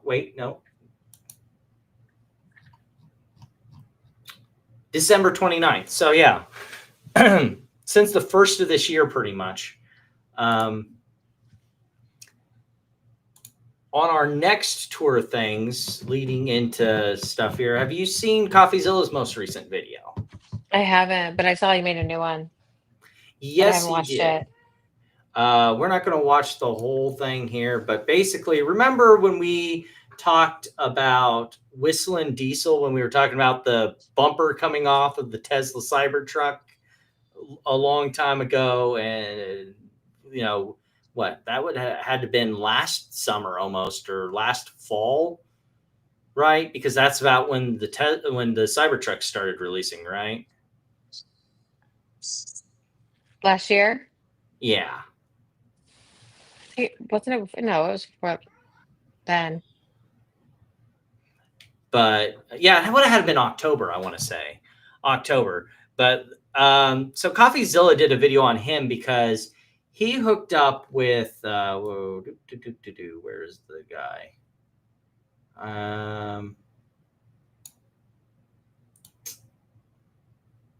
trying to find the name of the guy. I bet it's here in the description. Yeah, but he hooked up with this guy who does the like prop trading. Oh, Alex. Yeah, Alex is the guy who does, you know, like these furu like prop trading things, and was basically promoting it. According to Whistling Diesel, he was not paid for this, but like Coffeezilla goes into how a bunch of these prop trading firms are basically scams. It could be that you're not even trading. They just take your money. And if you make money, then they pay you back. It's all like paper trading, and they pretend like it's live trading. And then you pay money up front to be able to trade. And if you make it back, then you make your gains. And the hilarious thing out of this is we get kind of some deep insight that I had no idea about with Whistling Diesel, where I haven't even heard of that. Is he like a ex? Well, the finance guy that Whistling Diesel hooked up with, yeah. And so when he posted it, he made this big irony armor thing that we see in the meme stock community a lot. Goes straight for it was a prank bro kind of thing, or I was just joking, or, you know, Not financial advice. Yeah, pretty much. And then retitles his video. Whistling Diesel tries day trading and nobody likes it because his own comment section was roasting him about it. Because like you can smell these day trading grifters from about a mile away. Then Coffeezilla makes a video basically going over the old over the text messages, because apparently Whistling Diesel has some kind of questionable ideas about people. He thinks because he's a successful YouTuber that the only reason people aren't rich and successful like he is because they're just too fucking lazy. His words, not mine. And basically that's the gist of this video, that Coffeezilla tries to explain to Whistling Diesel that this guy is a scammer who basically uses like videos like this to bring people into his prop trading website to grift them. And he didn't care. He like one of the things that came out of this was that apparently Whistling Diesel thinks that being able to get a Ferrari is an obtainable thing for everybody if they just simply put their mind to it. Manifest it. Yeah. So a lot. Yeah. Funny you should bring that up. So a lot of this, like, you know, life coach kind of idealized behavior. You know, he has a YouTube channel with, you know, millions of subs. So everyone else should be able to do that. They just otherwise are too lazy or just don't know or don't put effort into it. This Whistling Diesel person has a YouTube with millions of subs? Mm-hmm. Yeah. And he like day trades?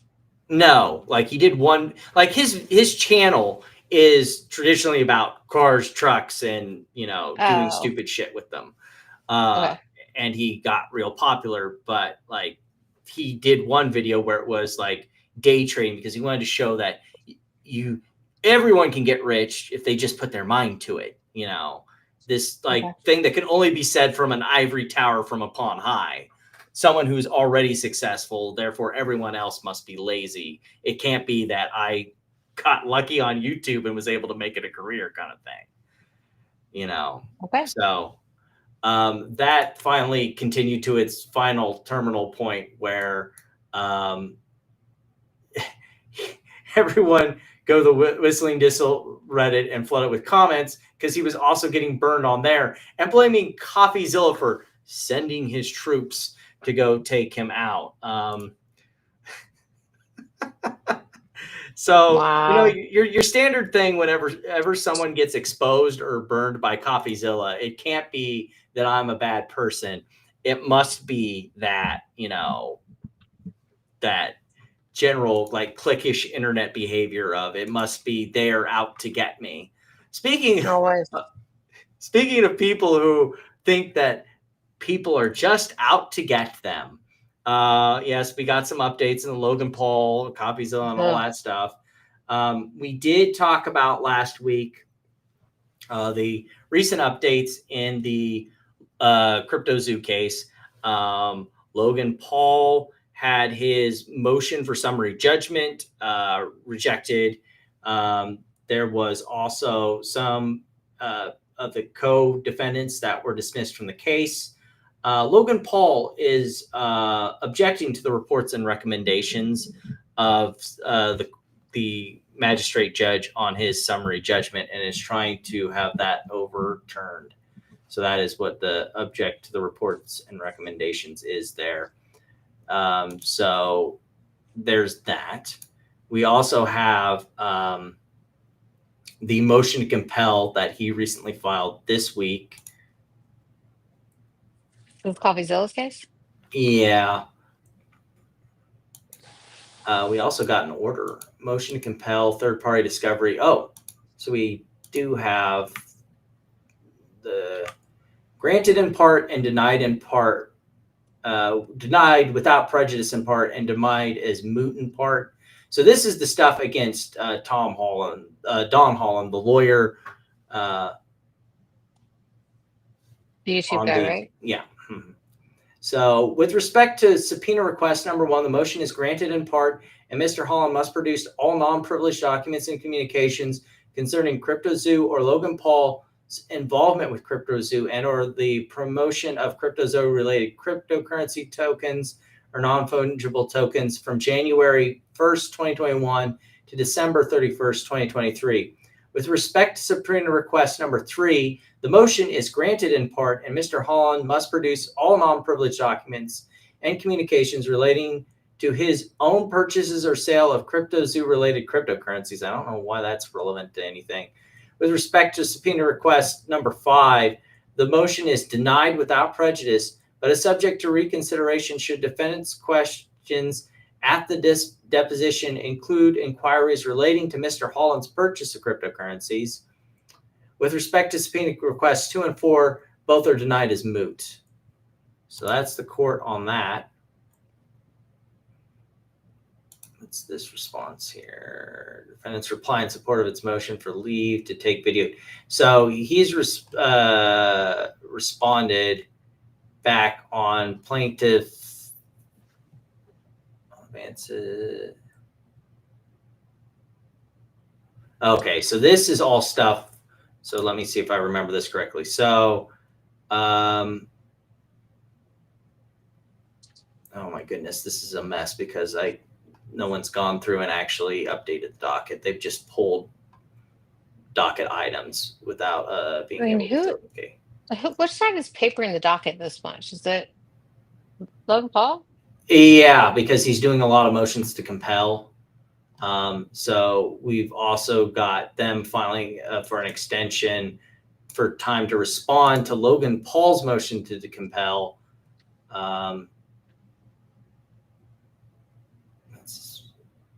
And then he dropped this newest motion to compel for any compel defendants to produce any communications between Harry Bagg and.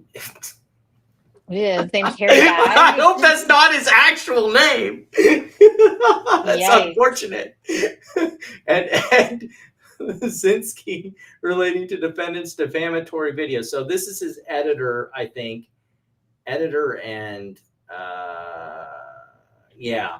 So he's wanting information. Yeah, this is the most recent motion to compel. So it's his editor and what was the other one? Because I know one of them was because this is editor. So they're wanting any communications. Okay, so I think it's both part of the editor team. So they basically want the inside communications of how. No, one was the editor and one's the person who makes the all the graphics and stuff in the graphical content. So basically wanting to compel discovery against them to basically be like, okay, so what was the story plan going into this whole YouTube documentary? Which now I see what kind of the idea is here, because he's not suing for defamation based on the YouTube videos, because those were outside the bounds of being able to sue for defamation on. He's suing for defamation on tweets that Coffeezilla made after the fact. But since you can sort of, you know, the YouTube videos are the subject that led to the tweets, trying to see what was, you try and make the argument, what was Coffeezilla's mindset. But at the same time, it's like, dude, these aren't the things you're suing about. So that's kind of messy there. I bet it will be granted, but it's, you know, from my non-legal, like 40-foot view, it seems like a reach. See here. So they basically asked for an extension of time to be able to respond to that motion to compel. And then, of course, there was their response to basically Logan Paul doesn't want these people from, I think one of them was from Spain and one was from another country that were victims of the CryptoZoo fiasco that Coffeezilla wanted to get deposition for, that basically Logan Paul's trying to block that and make them have to appear in person in Texas for deposition when they live outside the United States, let alone outside of another state. So that seems highly sus and meant to like penalize people who basically just want some form of justice for not getting the product they paid for. So that's that situation pretty well wrapped up. Not paying for the product or not getting the product and then getting screwed. Yeah, that too. Little column A, little column B, little column A, little column B. Mm-hmm. Because like there was the whole like CryptoZoo project that was supposed to be like this fun game and you can make money while you play it. Right. So and neither things came to fruition.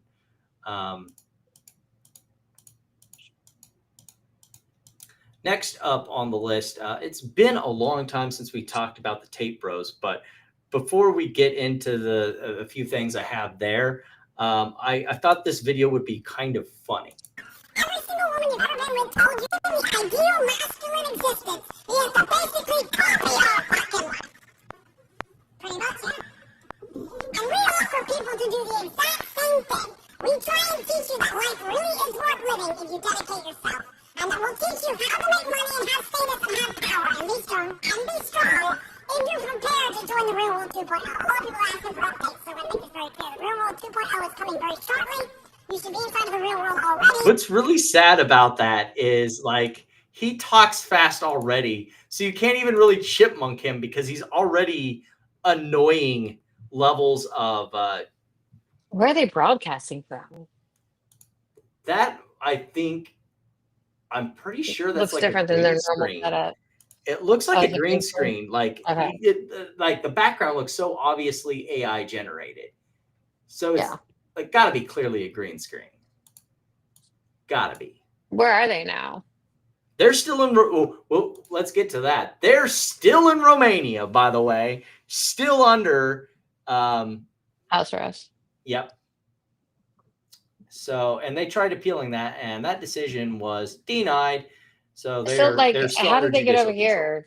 Like, They were briefly given a chance. I think it was because their mother died, so they were able to come over for a bit, and then they bounced around the U.S. for a while, and then came back once, you know, Florida and California all started their investigations against them. They're like, right, gone, bye. Sorry, But relief. yeah, sorry, I clearly not wanted here. Bye.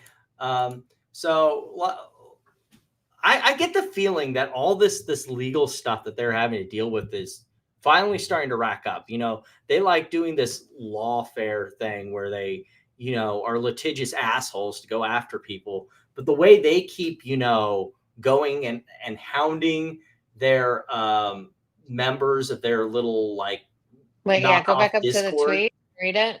Yeah. So this is while irritated, yelling at his students inside his university, telling them to give him money. The council costs $19.97 to join a separate group chat. Right. Power levels are points. we know all that ridiculous which we've shit. gone over before. Yeah. But like the way they keep hounding them for So money. he's just like pushing them to do it. Yeah. It's like upgrade to champions, join the council, get power level, upgrade every way you can inside of TRW before the 2.0 rollout completes, which they've been talking about since this time last year. This is your warning. Yeah. So like, and remember they upped the price briefly and then said they were going to up it again, never did that and moved the price back down. So like, it's so clear that like, to me at least, that like, they're running out of marks to scam for money. Like the cult is shrinking. Yeah, but look how many people they have like emoting. Like it's still a lot. Yeah. Like they're making a lot of money. Even if these people are like the lowest level, they're making a lot of money. Oh yeah. But like at what point, if you have to constantly rinse people for money, like at what point are like these legal bills and all this stuff, you know, living the high life, even under house arrest in Romania is pulling on them, you know? Because like, why would you, like, if you've got it made that like, even if you take the high, let's take the highest one and say that, you know, like you said, they're that $50 a month. So that's what? It was like 47, right? Or something like that. So that's like, I think we did the math once and they're making like, I thought the number turned out to be like 4 million a month or something. Yeah. But like, even if you took like that highest upvote there, that 822, and you times it by the 50 a month, that's 40 grand a month. Yeah. Like we did that math. Remember I think then it was like 4 million a month. Yeah. It's probably more now. Total. Well, I don't know. Maybe it's less. I think we had something that had the total count. Yeah. Oh yeah, maybe some people cut their membership, but yeah. So like they're making a lot of money. They're making a lot of money, but they also have a lot of expenses. So I'm starting to wonder if things are starting to get pinched. Yeah. Which, you know, good. I hope so.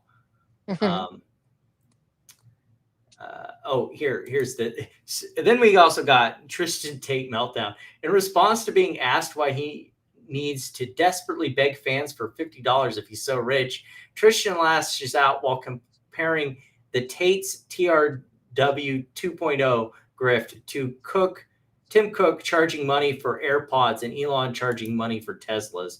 Yeah, one of you produces an actual useful product. One of these things are not like the other. Two of those people produce an actual product. Well, okay, Tesla, it depends, an actual working product, but Apple at least does. Like what exactly do you, motherfucker, provide that actually helps people? Like two of these are actual real companies, and and you guys are just hustlers. Hustlers that have to call people a faggot, apparently. Like what about that is so like I don't get the appeal. You're asked for money constantly, only to be constantly insulted for being a loser, a faggot, and all these other things. Like What is the fucking appeal? Please explain this to me. I don't get it. I don't fucking I get think it. it's the same reason like men pay women to be mean to them, right? there's some deep homoerotic shit going on there. That's why they call each other faggots, I guess. I don't know Real what life it is. escaping. I don't know what it is, but it's a business model for some odd reason. Yeah. Run that one by me. For men and women. Oh, but so we do have a bit of a silly update to your lawsuit, Amy. I've been casually keeping an eye on the Lululemon lawsuit against Costco. Like the last time we checked in on that, I think it was about 3 weeks ago now, at least, or something when like they that. released their little how they're the same kind of descriptions. Mm-hmm. Yeah, because this is all like a patent lawsuit. So we had someone try to joinder onto the lawsuit. Exciting. David Kissy, who is a former Costco employee who claims that Costco has not paid him for $100,000 of work. The court denied it because they were not similar enough claims. So sorry, Bucko, you gotta file your own lawsuit separately. I didn't even know that you could do that. Yeah. If the claims are similar enough in nature, you can ask the court to joinder onto the lawsuit. So say if like Costco was also, but it seems like it's completely different. Yeah, that's why he got denied. Yeah, so he tried to joinder on, and the court denied his motion. So he did not get to add his employment. What claims. kind of work? It didn't say, because like his stuff was removed from the docket, but it said basically that there was work that amounted to $100,000, which is also the federal minimum. I'm pretty sure for a federal lawsuit, it has to be the claim has to be at least $100,000. I'm pretty sure. So we got a few other things here to wrap up before we get into meme stock silliness. These are more of these smaller things that we're getting into now. I don't know if you saw this one, Amy. It popped up on my radar, and I thought it was pretty interesting. So did you know about the Roman Storm lawsuit? So Roman Storm is a co-founder and non-custodio crypto mixer for the company known as Tornado Cash. Do you know what Tornado Cash is? I feel like I slightly remember it, yeah. Yeah, Tornado Cash is the entity that basically allows you to run your crypto through it and make it hard to track or trace where the crypto came from. Basically money laundering. Let's be honest here. The only people who use applications like this in crypto is to money launder. Or do other criminal things. Let's be perfectly honest here. If you were using Tornado Cash, you're probably doing it for criminal means. Now, there are legitimate people because all of the stuff's on the blockchain, and I get it, privacy. You don't want, people snooping through everything you do, but most of the people who are sensitive about that stuff are sensitive about it because they're about to do crime. So he was charged with running an illegal, what was it? He was charged with money laundering, running an unregistered, I don't think it was an unregistered bank, but an unregistered money exchange or something like that. And yeah, here it is. So co-founder, an unlicensed money transmitting business in the state of New York.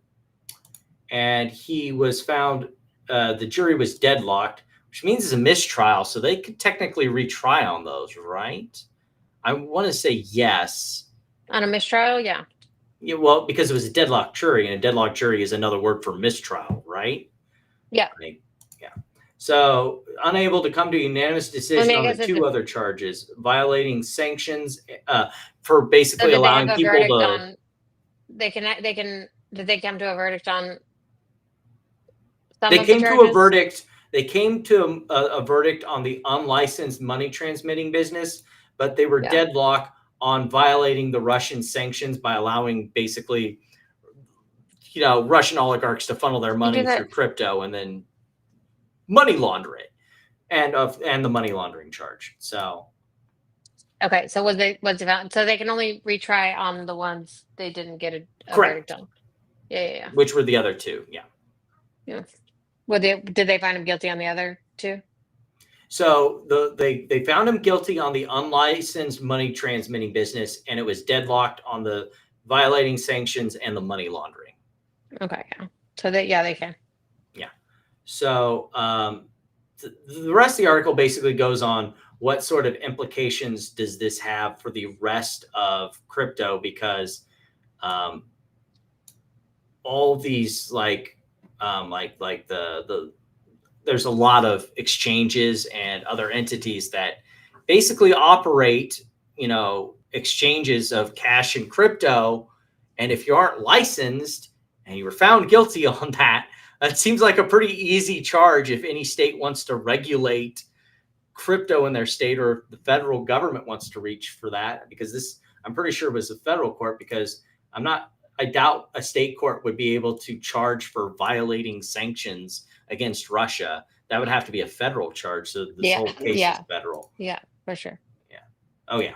Yeah. The 1960 charges. So, I mean, if the government wants to backdoor regulate any exchange, they can just say they're operating an unlicensed money transmitting business, and which is the chief conceit of this entire article, is what sort of implications is this going to have for a lot of these exchanges, or some of this off-market crypto stuff that happens now that they managed to get a conviction on that. The next one up, and then I'll probably, speaking of crypto, did you also hear about this whole people going to WNBA events and tossing green dildos? I've seen something about that, but were they selling them? Was I don't know the about WNBA selling them. Selling the dildos, and then they were throwing them on the court. They were throwing them on the court as part of an advertisement for a cryptocurrency. So I saw something about who was selling it, that they had sold out of them, and it made it sound like it was the WNBA that was selling them, and I was like, well, that's weird. No, it was this green dildo coin. Okay. Which sounds like an entire PP scam, but right? Was it them? No, it wasn't. But it was whoever it was that created this green dildo coin. I feel like they were using it as a way to advertise. They would be getting these people to take these green dildos to WNBA events and then just fucking toss them onto the court. It got so bad that they were basically I saw that they were gonna ban bags and stuff like that. Well, that, or that they were just gonna play without the audience there. Weird. I didn't hear about that. No. Yeah. I saw a mention of that they were gonna just not have. I don't know. Do you call them fans? I don't know. Are there fans of WNBA? I don't know. Yeah. But they were just going to not have them there. That's weird, because I had not heard about that. Yeah.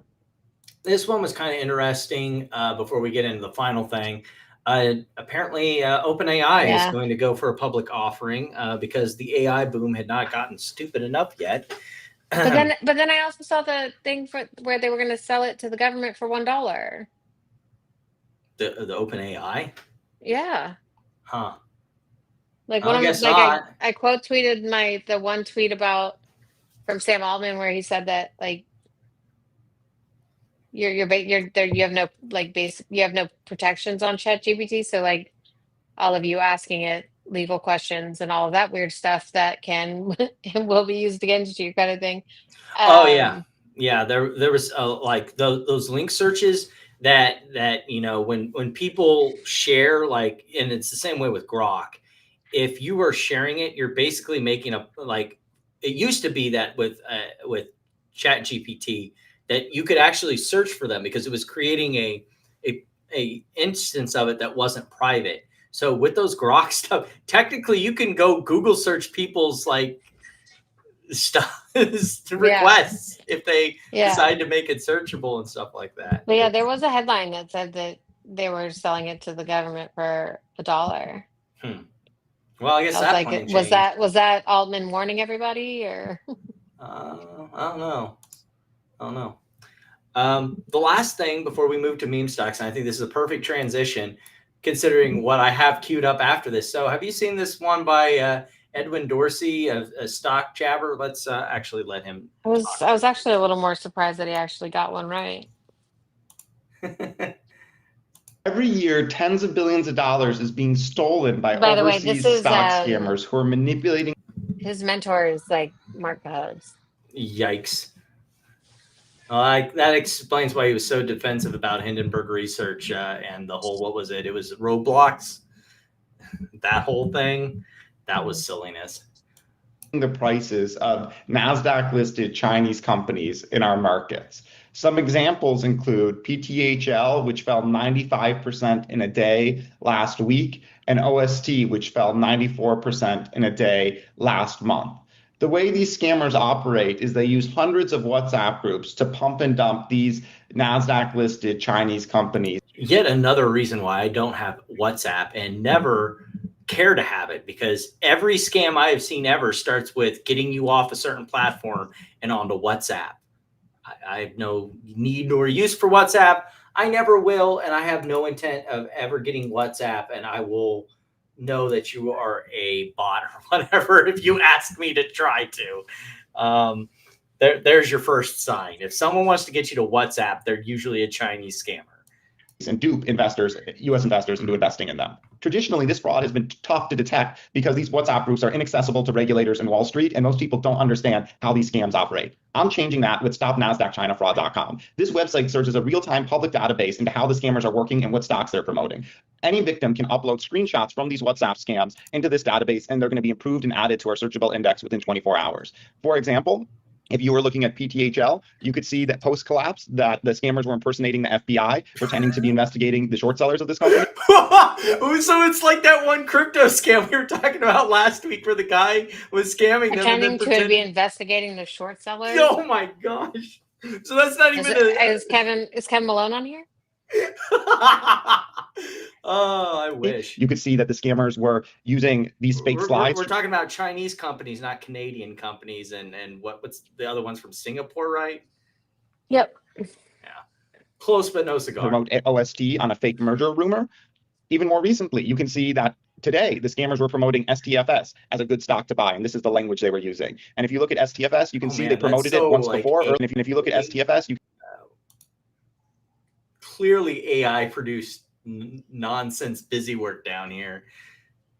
And if you look at STFS, you can see they promoted it once before earlier this year, and now they're doing their secondary pump, which is very common and traditionally goes to about 30 to 60% of the price of the original pump. This database, this website, if used properly, can serve as our real-time look into the stock scammers are promoting, which can help us understand how these scams operate, can help investors and regulators prosecute the scams, and can help me warn people about the scams in my newsletter. StopNASDAQChinaFraud.com is the best way to fight against these scammers, and I hope you'll join me in getting the word out. Thank you so much. But you know, he takes a shot at NASDAQ, which we have as well. It's not just the Chinese. Every year, tens of billions of dollars. Yeah, and like this, just so you know, yeah, stop NASDAQ China fraud. Just stop NASDAQ fraud in general. Yeah, is my motto at this point, and we'll see why.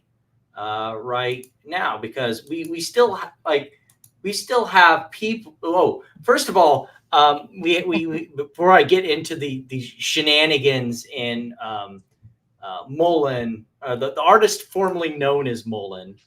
I mean, yeah, I don't want to call it BINI, but is it BINI? I don't want to call it that.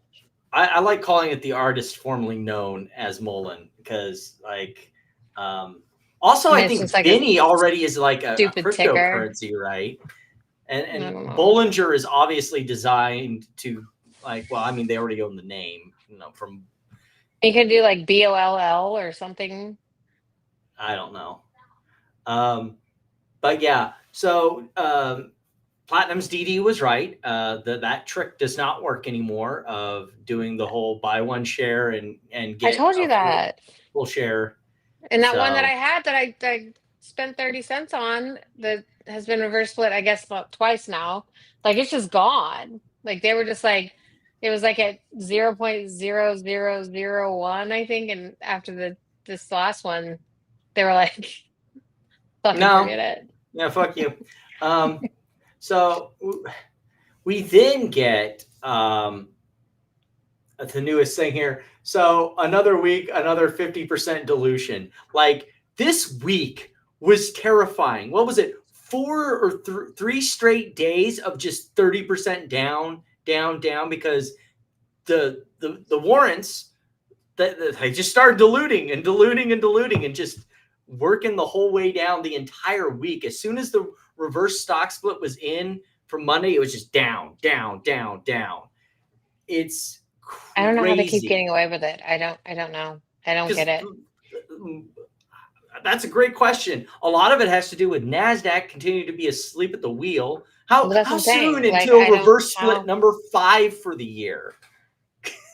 I mean, the new Like, NASDAQ rule said the new NASDAQ rule said that if it falls below $1 within, like, what was it? Like they changed it from like a year to like 10 days or something. Like they made it like really. You can still ask for the extension. Restrictive.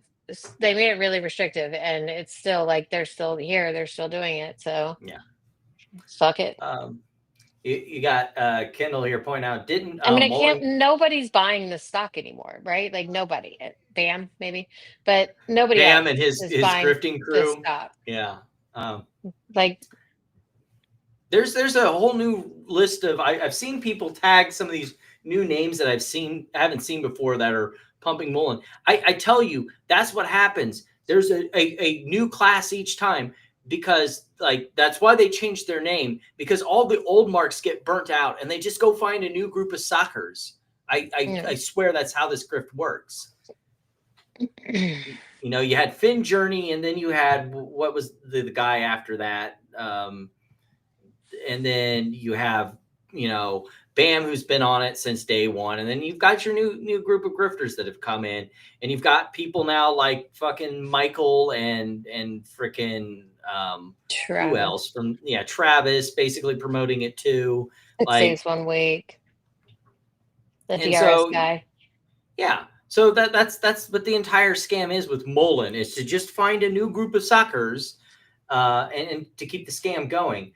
But Kendall's saying here, didn't they claim 2 weeks ago that it improved the company's financial position by eliminating all warrants and 25.3 million worth of convertible notes?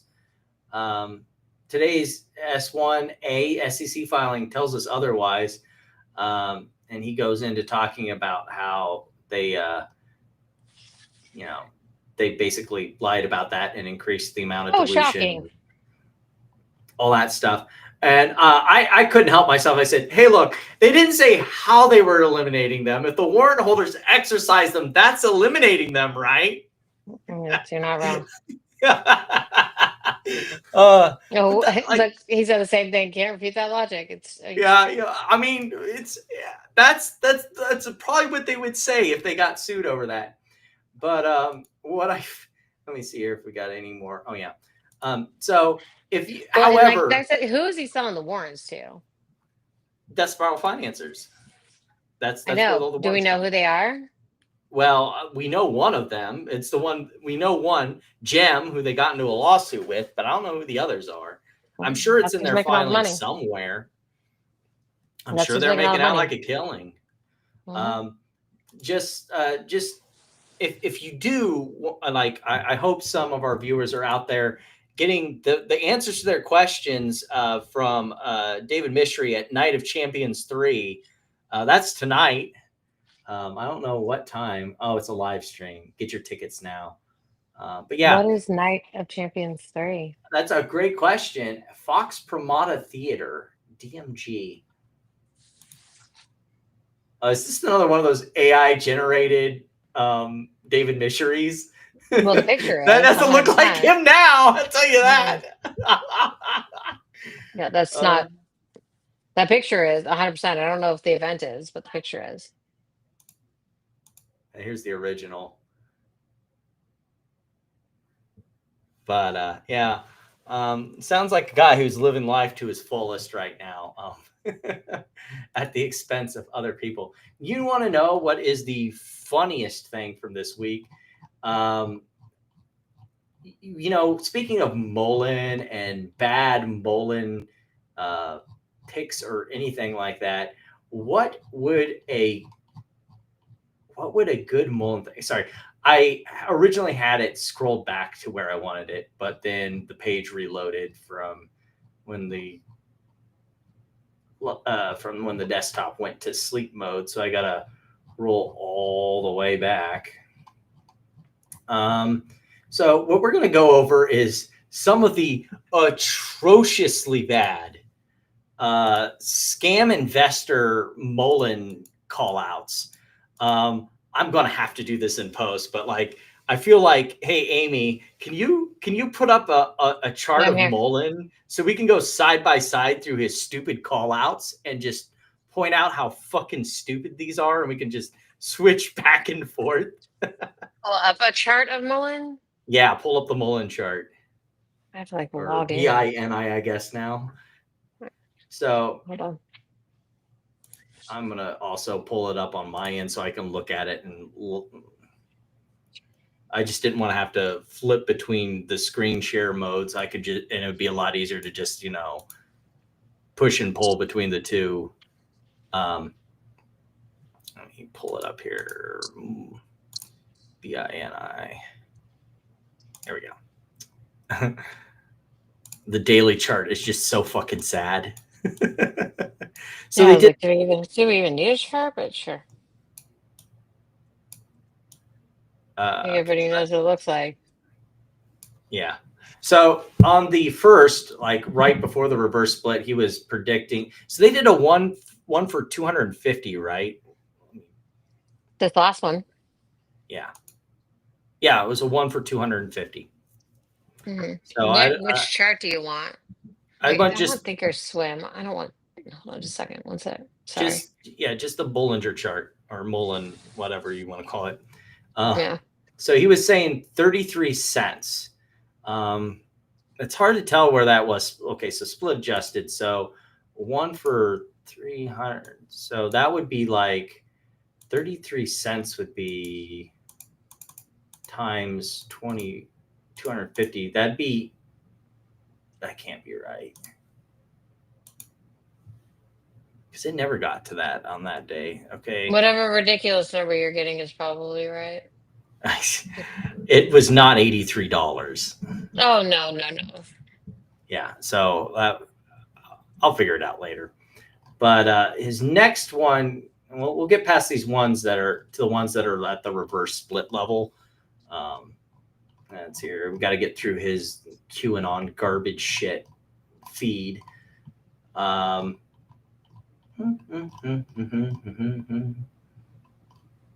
So his next call out was on August 4th.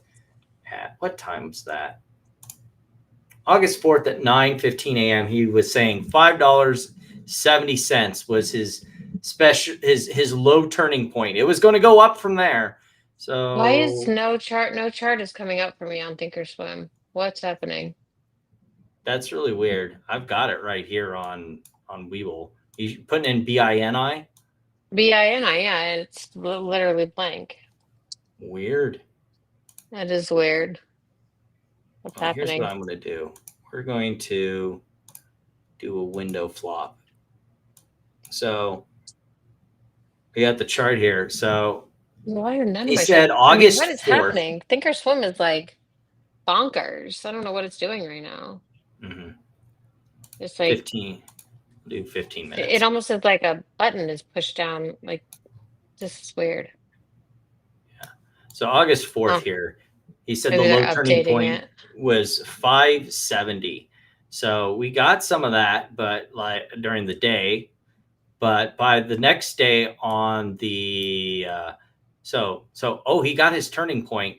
Yeah, no dice all the way down. And by the end of the day on the 5th, we were down Oh, to, you have it up. Sorry. I was yeah, still looking. down. I don't know what, like, it's like, it almost looks like a button is like, whenever I try to go to the thing, it just like it's dragging all the white lines and everything all over. I'm just like, I don't know, maybe they're updating it right now, but go ahead. Sorry. But yeah, so he said 570 here, and you got a couple of that. He even had this huge run up on the 15-minute candle on 8.5, but it immediately collapsed down. It would never see anywhere near 570 ever again. In fact, it closed out Friday at 172. Well, because they're adjusting it, right? Like, didn't we talk about that last week or the week before? Like, they're adjusting so that like they're not affected by the reverse splits. Correct. Basically. Adam Air did the same thing with AMC.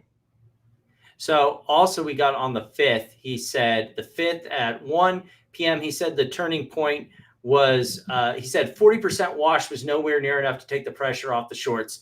460 was his new call out on the turning point on the 5th. So the 5th, 460. So that was 1 o'clock our time, my time. So that'd be right here. So yeah, 460 was exactly where the price was. By the way, other than this spike here, this would be the high for the day, and it would get nowhere near there ever again. So another strikeout. Well, that's his next call out. August 6th. Okay. He says $3. There's a way on TradingView where you can go through and add people's tweets and stuff like that. Well, you can correlate their tweets to the dates. Yeah. And it'll show you like the I'll do it in post, but I didn't plan that far ahead on this one. You can do it on there's a way to do it on TradingView. Yeah. And it'll show like the tweet above it and like exactly what he said. Yeah.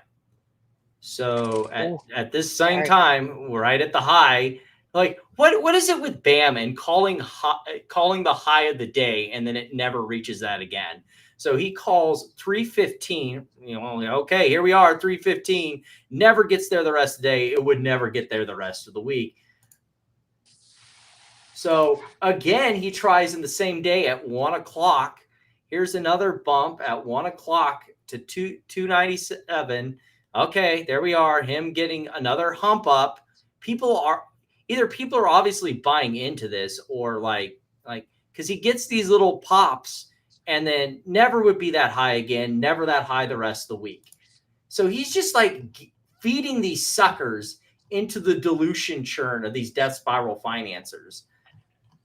And it's just sad. Here we are on the 8th at 9:27. No, 9:20 on the 8th. 8th. Yeah, 9:20. Well, it wasn't even there by yesterday, by the day before on the 7th. It was the last time it was anywhere near 208. Oh, no, 208. Okay. So yeah, again, he gets people to spike up into this and buy, would never be that high the rest of the day. And it closed out $1.72 to end the week. After hours was even lower, 167. So like, I mean, what are we doing here? Is this like an exercise in retardation? Like, yeah, like that's the entire thing. Like listening to BAM will literally fucking cost you money. Like this dude has not a fucking clue about anything. Like every single time, every single call out he made was wrong, categorically wrong. And people bought into it clearly because there was a bump up and then it would immediately die. Like this dude costs people money on the regular because he's a fucking numpty idiot. He did, however, sort of like back treadle and also give another dumb price target that was missed, but basically finally had to admit after denying, even after Kendall said there was dilution, was denying it. Finally, he admits that, David Mishry must be the one doing the, dumping. Like zero chance the bad actors would create such an obvious scheme. But then he's back to giving more price quotes before the end of the week is out. Like this was on the 7th. The last one I just gave you was from the 8th. So like this dude, he just doesn't give a shit. Go back to that, the violent and deep wash algorithm. Yeah, nonsense Have that been he makes up. forced to spike sharply today and tomorrow. Like, what is he even saying? Nothing. This is all gobbledygook nonsense meant to distract idiots. Is that $2.32 vibration? Yeah. Like, what exactly are you looking for in a vibration? Like, Yeah, what does he that never look like? explains that. Never. He just says it. It's a catchy word. For like, what? all this is marketing. He is a huckster. He's a huckster and a catchy carny. word for what? There's like it's not even trying to be like anything in particular, like vibration. It's meant to be like, ooh, this is this thing that will happen. Like it's all marketing. It's like there's no actual meaning to it other than it's not good marketing. But of course, that there's one thing that Bam has, and it's the people that are willing to give him blowjobs. Like, this is the funniest part. Like, number one cuck is all about, ooh, the evil people who go around grifting and pumping stocks, and they work, with Adam Aaron, all this burr. And this is a guy who couldn't get a single price target right on Mullen, who's shilling his he was the biggest model. AMC pumper. Yes. And he's promoting one of those AMC pumping videos where he literally, again, in that video, talks about how AMC is being heavily here. We got it right here. Now? 7. Yeah, it like down here, screaming buy 8-7 on AMC. And how it's even below the COVID lows. And that must be a huge buy signal. While also shilling his stupid fucking BAM model. Like, so long as you say the fancy words that Adam Aaron is evil, it's all okay. You can be a grifter in number one cuck's book, so long as you say the right words. He will suck your Is he dick. actually doing a screen share here? Is he not doing it from his phone? Yeah, he figured it out? 10:58 a.m. in San Francisco, California. Please note that all discussions, analysis, and information presented are for general informational and educational purposes only and should not be construed as financial or any other form of professional advice. So first off, though, I wanted to point out that the fact that so many people are still convinced that Adam Aaron should be running this company as opposed to being replaced, and especially after the sex. Like, see, this is the thing that's really funny is like the company is screaming a buy, but you're going to call out management. Like, pick a fucking lane. I think if you ask the bondholders, they would probably disagree with you. Well, yeah. Because they've been winning at the expense of shareholders for a long time. They're awfully happy. Debacle, but even that aside, if you just look in terms of what he's done for himself compared to what he's done for shareholders, these guys run this company like it's a fucking private equity firm run. The January 2021 all-time low. Oh, he's run it like it's a company in enormous amounts of debt. Yeah. Well, even with the restructuring, they're still insolvent. Like, this is the thing that people like Bam and, well, every AMC person, like, still doesn't get. Like, this company, like, is still in dangerous waters. But, like, I don't want to spend all the time on it. One of his stupid, boring videos. Like, all of his videos, he has the charisma of fucking day-old soggy oatmeal and is boring as shit to listen to. But he basically goes on how he's been tracking the bogus wet blanket algo that started running on 7/17. No, like, all this has to do with the fact that they're pricing in the fact that the company still struggling, still insolvent, and now has just basically done a deal with its creditors in the lawsuit to issue more convertible notes. That means more future dilution. So unless the company gets better, more dilution. And the worst part about it is if the company's share price never reaches that point, then it gets realized and you have to pay back the cash of the bonds because they don't take the dilution. So like, there's still I mean, plenty of he'll risks just with keep. this company. Yeah. I'll just push it out further though. Also, this supposed suppression, I know why the stock's drifting up, this whole buy signal thing. And it's because the same thing that happens every time we get close to AMC earnings. Yeah. Everyone overbids AMC's price, even if it's a good earnings. Like there have been like times when AMC's earnings has been good and the stock price has gone down because these clowns keep overbidding it. And so even good news ends up tanking the stock because they've overbid it above Yeah, fair but value. the good news is that they're less negative than expected. Yeah. Like, so like, I guess it depends on how you define good news. Well, like it could be good. Oh, that died. Okay, we'll deal with that later. But like, even if it is, like, it can be an improvement in the company. But what I'm saying is that the improvement's mooted out as far as the share price in relation to the earnings, because like when you bid the price past where fair value is, it's going to come back down. So I wouldn't be surprised if that happens for earnings again on Monday, because they've gone and run up the price. Let me see what AMC is looking like right now. I know I have it on here. Yeah, like it was like it's been coming down as of late, and then on the 9th, so Friday, it rallied up like 5%, and then another 0.25% in after hours. So like, here we go again. Like, guys, if you just like chill for 5 seconds and just, but no, gotta have my good news now. I was going to save this for maybe stupid tweet of the week, but it's like, it's Chris. That's kind of cheating. So apparently he thinks that. Oh my God, did you see my reply to this? No. With the Soika there math? it is.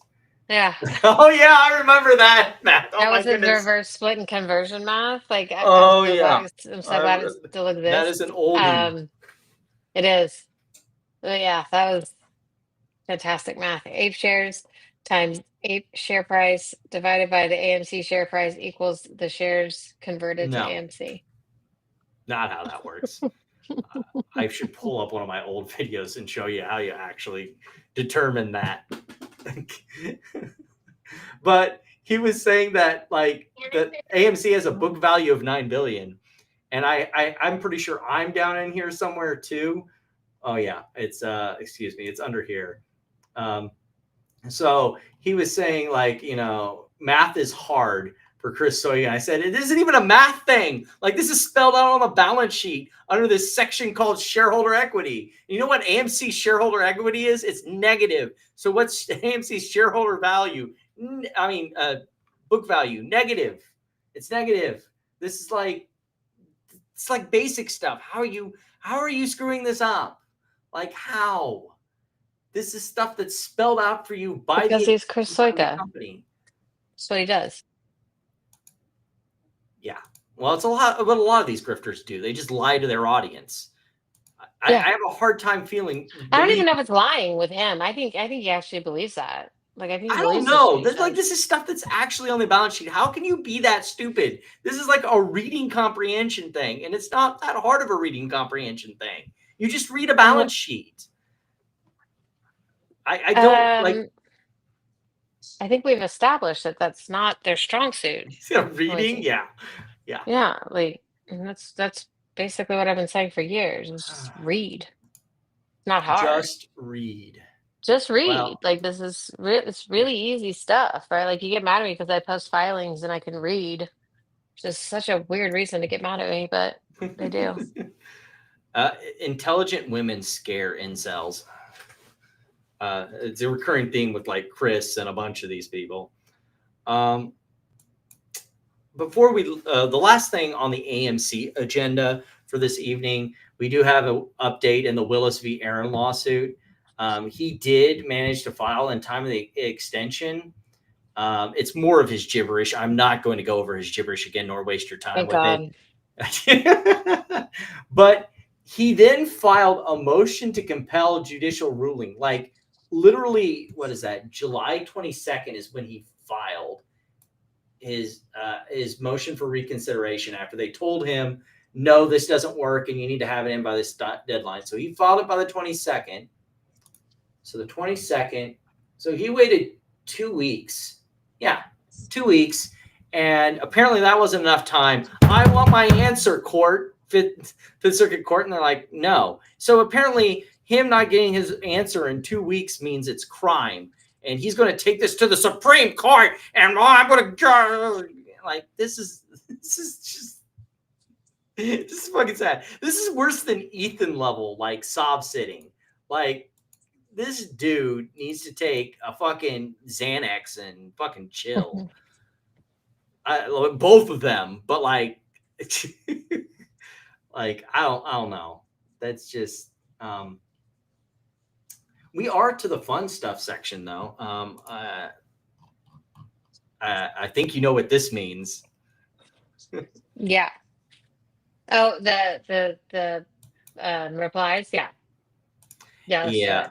Oh, I haven't gotten the replies yet, but I don't know if we'll go over the entire document, but yeah, that was a lot. I mean, I think we can pretty much summarize it, right? I mean, if you're talking about like Citadel and Anson and Virtu, right? They basically said that they're abusing the all said the discovery same process, thing. Right? And we kind of knew that because like none of the information they were asking for had anything to do with the estate, or anything like that. And much like I said, once we got to look at the emails. The one I think that was most compelling was when they said that the trustee was actually not even supposed to ask for these documents. She wasn't. That's not what the court allowed. Yeah, not what the court allowed. And then she wouldn't get, or the law firm that she had hired to deal with this wouldn't cite sources as to why they get this discovery. Wouldn't tell them why and for what time periods. That's the key something one. About Wes, right? Yeah, well, they wouldn't give them the time periods and like why they wanted this, and because they were want saying 4 years, right? 4 years of data.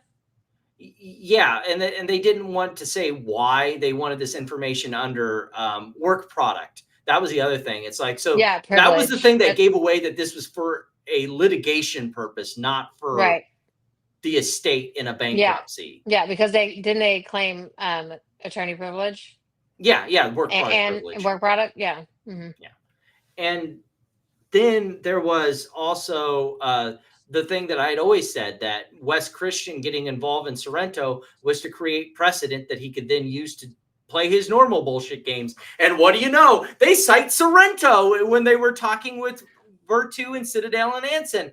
Who could have possibly seen this coming? Like, this is the anyone paying attention? Shenanigans that Wes has always pulled. But we do have a notice of hearing. It will be on the same date and time as the Scott Trout. Is it going to be like on Zoom? Can we watch this? No, it's not going to be on Zoom. Some of them will be conferencing in via Zoom, but there's no actual Zoom credentials we've been giving. You will actually have to call in on the call-in number given. It's set for September 4th. Did they give a call-in number? 10. Yeah, they give you a call-in number. Okay. So I don't want to hear that. So September 4th at 10 a.m. Pacific time. Well, these lawyers aren't playing. Yeah. So 10 a.m. Pacific, 10 p.m. Yeah, 10 a.m. Pacific time would be 12 o'clock here, 1 o'clock p.m. Eastern. So I might try and drop in. It'll be interesting. Yeah. So put that number. I think I would like to hear that. There's your number. There is your meeting ID and the passcode. Okay. Well, I'll screenshot this later then. Well, you can also pull it up. I have it screenshotted on my X account. So. Okay. Yeah. So yeah. Awesome. And it'll be the same date as the Scott Trout stuff. So you'll get all of it all at once. It'll be interesting. Everything all at once. Everything everywhere all at once. So yeah, we also got the people who are being really silly with their comments. We of course get Gardner Wade coming soon to a Nevada trustee's evidence hard drive from Virtu and others. Yeah, not so much. I I did love the one, Wishful just thinking. the one Michael Rella email. He said, what did it say? Oh, this is not here. I'm gonna The clients will be standing on their objections. And they won't be producing anything. Yeah, Yeah, not a thing. this guy. Yeah, this was actually pretty funny. He listed like all of All the reasons that they shouldn't get discovery. You gotta love it. Yeah. There were a couple others, but I don't The think motion is loaded with explosive admissions. Yeah, I'll say. uh-huh. By the wrong Explosive people. admissions that the bankruptcy process is being abused. Yeah. So amazing. On the next bridge front, we also have a shareholder trying to sell shares.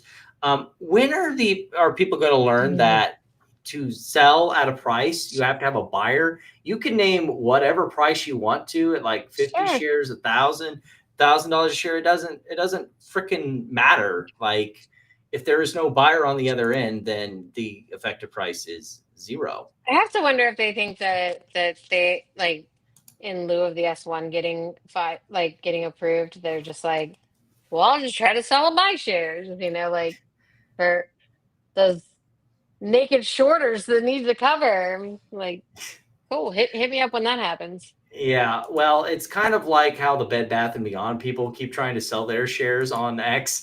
They're non-existent shares. I mean, at least the MMTLP people have an actual interest in a company that hasn't gone bankrupt yet. They do. So they do have common stock. That is for sure. I'm trying to think here because I got to choose wisely because we don't have a lot. The problem is there's like so many meme stock shenanigans going on right now. It's hard to keep up. Even here we go. I think this. So we have a lot of stuff going on with QNTM and a lot of stuff going on with Kevin Malone, a supposed financial advisor, not knowing basic finance stuff. Like, first of all, shares available is from one broker, and it's usually international brokers, IKBR. So, like, these numbers are for one broker, and then the volume is everybody. So, like, what part of that is hard to understand? I don't like common sense stuff. Well, I mean, so is like he doesn't even know the difference between or short volume, borrowed shares, short interest, none of that. He doesn't know the difference between any of that. Oh, I'm sorry. You're really I know it's a joke, but like if true for anybody, I feel sorry for your retirement prospects. Wait, no, I mean they're probably going to do great, right? Like he's got all of them locking up their shares while he doesn't lock up the ones that he's bought. So, So there was this tweet that obviously AI generated about all the good things about quantum. Well, no, Platt figured out that he literally put give me a list of all of the bullish things. Wait, yeah, boom, right there. Looks pretty much the same. She got the exact same list that he got. She told ChatGPT to only show me the bullish things, and the list was identical to the one that Malone posted. Well, what's funny is I know that Tony saw it, and I believe. Yeah, they did. They put like something as the crypto gain when it was a loss. Yes, there were some typing errors in the financial statements that, of course, ChatGPT didn't pick up on. So there are also errors in Kevin Malone's statements. I said this online when that all came out into my attention that I'm only down 80% so far. It seems about right. That lawyers get disbarred for making false or incorrect legal citations, even if they do it with ChatGPT. So I'm totally for taking that route for financial advisors that use ChatGPT without double checking their work and then posting false information, their licenses should just be revoked for the good of everyone involved. Because like if someone makes a financial decision based on this information, it could wreck them. So yeah, I'm convinced that he never sat for any of those tests. There's no way. There's no way. I refuse to believe it. Well, he could have sat for them and had like cheeky, like under his sleeve notes. I just refuse to believe that he's licensed by any respectable anything. Well, licensed in 3 states apparently. So we also got this silliness. Now, this one feels like it should be like a report to SEC, this shenanigans kind of stuff, because they were saying on their filing that the funds from the lawsuit with the former CEO was gave the company a $2.35 million non-dilutive injection of cash. They got none of that though, right? $930,000 they got. The rest went to Sports Code LLC. So this press release and filing is a lie. Yeah. It's a straight up lie. Yeah, as mentioned, it went to like the Sports Code LLC, which is another thing that we're not even sure of with the other lawsuit, because the amount, like that Sport Code LLC is supposed to get the proceeds from this like spoofing lawsuit, but there's also supposed to be a dividend for shareholders from the same proceeds. So like, what part of that is going to who and how much? Nobody knows. Yeah. Which is like that's something that should be clearly disclosed. They say a bunch of stuff and people are like, yeah, buy it. What's even more sad is we're reaching peaks shitco Voltron. We've gone from Malone Wealth advising to he advised Quantum to buy GNS and GME, and now he has advised Genius to buy Quantum. Well, it looks like from the statement, it's not just advisory firm committed to client values based. Today announced its client as purchased. So they've actually purchased Genius Group shares. And then Genius bought 2,000 shares of Quantum. Yes, correct. So we're finally going to get shitco Voltron, guys. We only need a couple more companies to join together, and we'll have shitco Voltron. What other shitco companies? Can we get them to buy Mullen while they're at it? They're desperately trying to get GME or get Ryan Cohen involved. Like, that ain't ever happening. Wants none of that. None of it.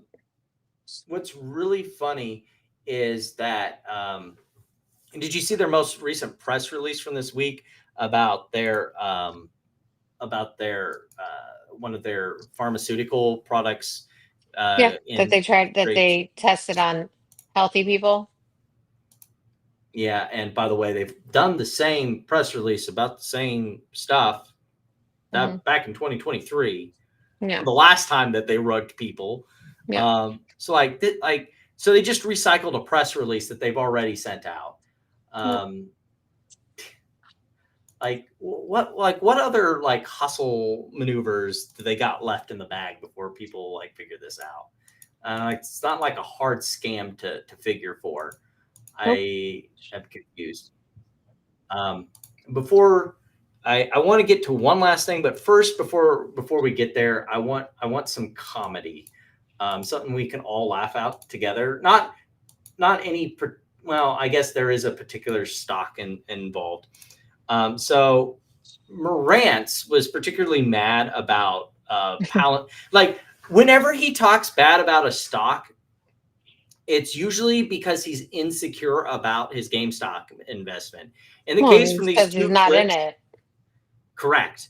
In the case of these two, the clips, they come from his insecurities about Palantir's massive run up from like what, $20 a share to like now it's like, I know it's over $100. Where is it setting at right now?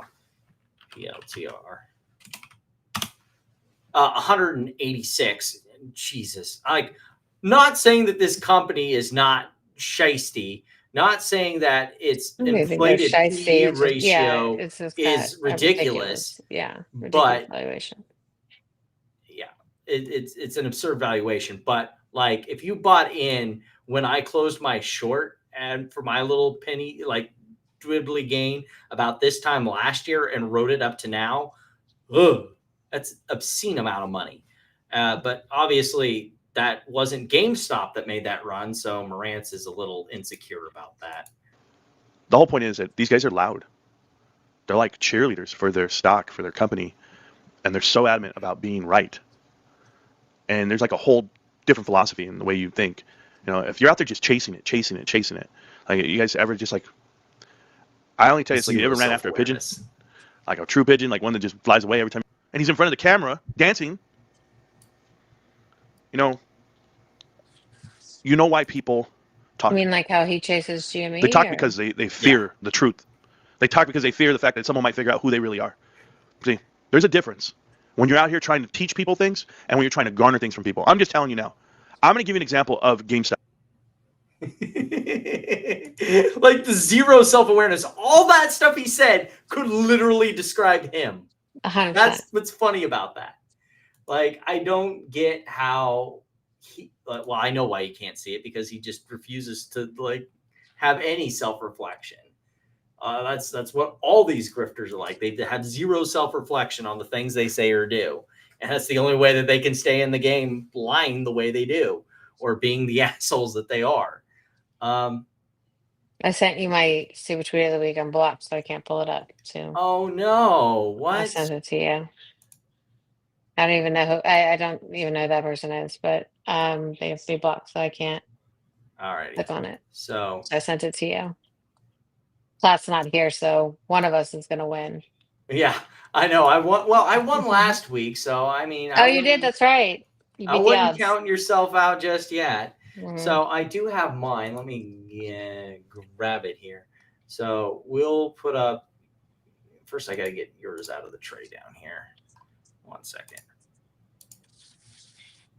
Open with Brave browser. All right. So we'll go with yours first while I set up the vote.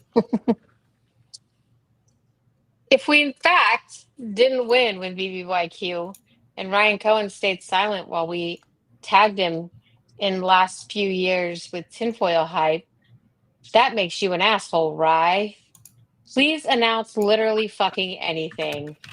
You have tons of shareholders who want to pour their money into GME once paid. So what's the holdup? The holdup is your shares don't exist anymore. I mean, but like the way you start, if we in fact didn't win with BBYQ and Ryan Cohen stayed silent while we all tagged him in the last few years, like, yeah.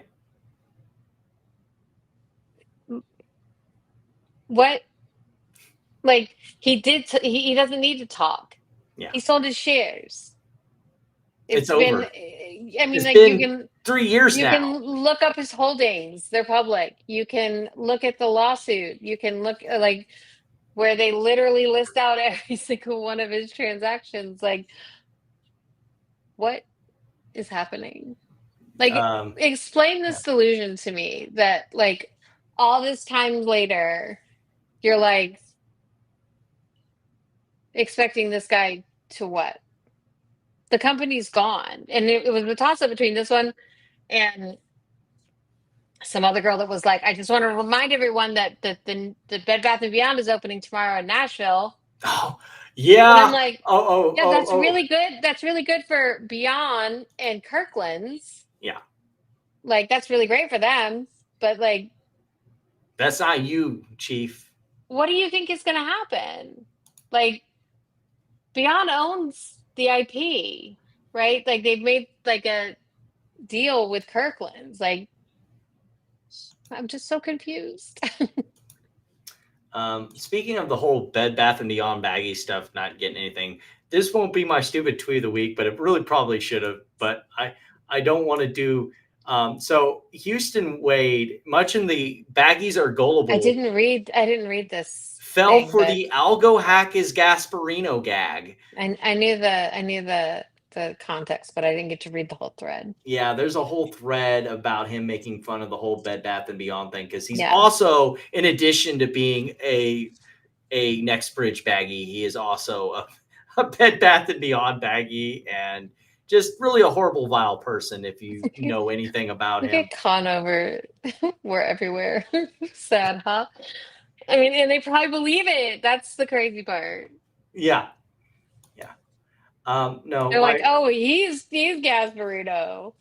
Yeah. Like, I'm Gasparino. Amy's Gasparino. We're all Gasparino. Gag. Oh, yeah. I mean, there's still people who, like, you can see me right here, right now, and they will still tell you that I am Doug Sifu. Well, that was the gag that even when we were doing the live stream, I'm Doug's alt account. It's just like, I'm Doug Sifu. No, I'm Doug Sifu. There are still people who will say it. It's insane. Yeah, that probably would have been a winning one, but no, I went for more mainstream stuff. So Hims recently apparently had its cash guy here, tech investor, said increased its cash per share by 246% in 1 quarter. Insane. They're selling $1 billion in convertible. Yeah. Politely notes that. Also, what's with this new thing that these grifters are, this like cash per share thing? Like, this is such a meaningless metric. How did this come to be? I feel like it started with GME, to tell you the truth. It's just so like when GME raised that $4 billion, like that's all anyone talked about. Even though like cash that doesn't get deployed is like pointless. But yeah, like convertible notes, duh. It's like that's where all the cash came from. And now these people that borrowed the money from, we're going to delete the shit out of you. People will tell you that GME has no debt. They'll still say that. Silliness. All right. It's silliness. This is rubbing my axe here because it feels like he's going to be checked. Because I have a good feeling that we're going to require the ape vote. But anyway, anything to finish us off with tonight, Amy, considering everything that's been exciting about this week? No, it's been insane. Everything's insane all the time. And I'm just like, get me out of here. Need a break. That's what it's not even that I need a break. I'm just like, sad for the country. I'm just like, everything feels like a mess. And I don't know. I guess I don't remember this from Trump's first term. I mean, I know it was like chaotic and stuff, but I felt like then. It feels definitely like the crazy's been let off the leash.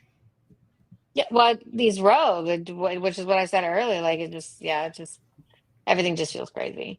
But I did put on some hot stove trades this week just to feel something. So just to feel the pain. No, I bought puts on probably things that are going to blow up in my face, but yeah. That's what I'm feeling about the trade I made on Qualcomm. I'm pretty bullish on Qualcomm, but as soon as I bought, of course, that's when it decides to fucking eat shit.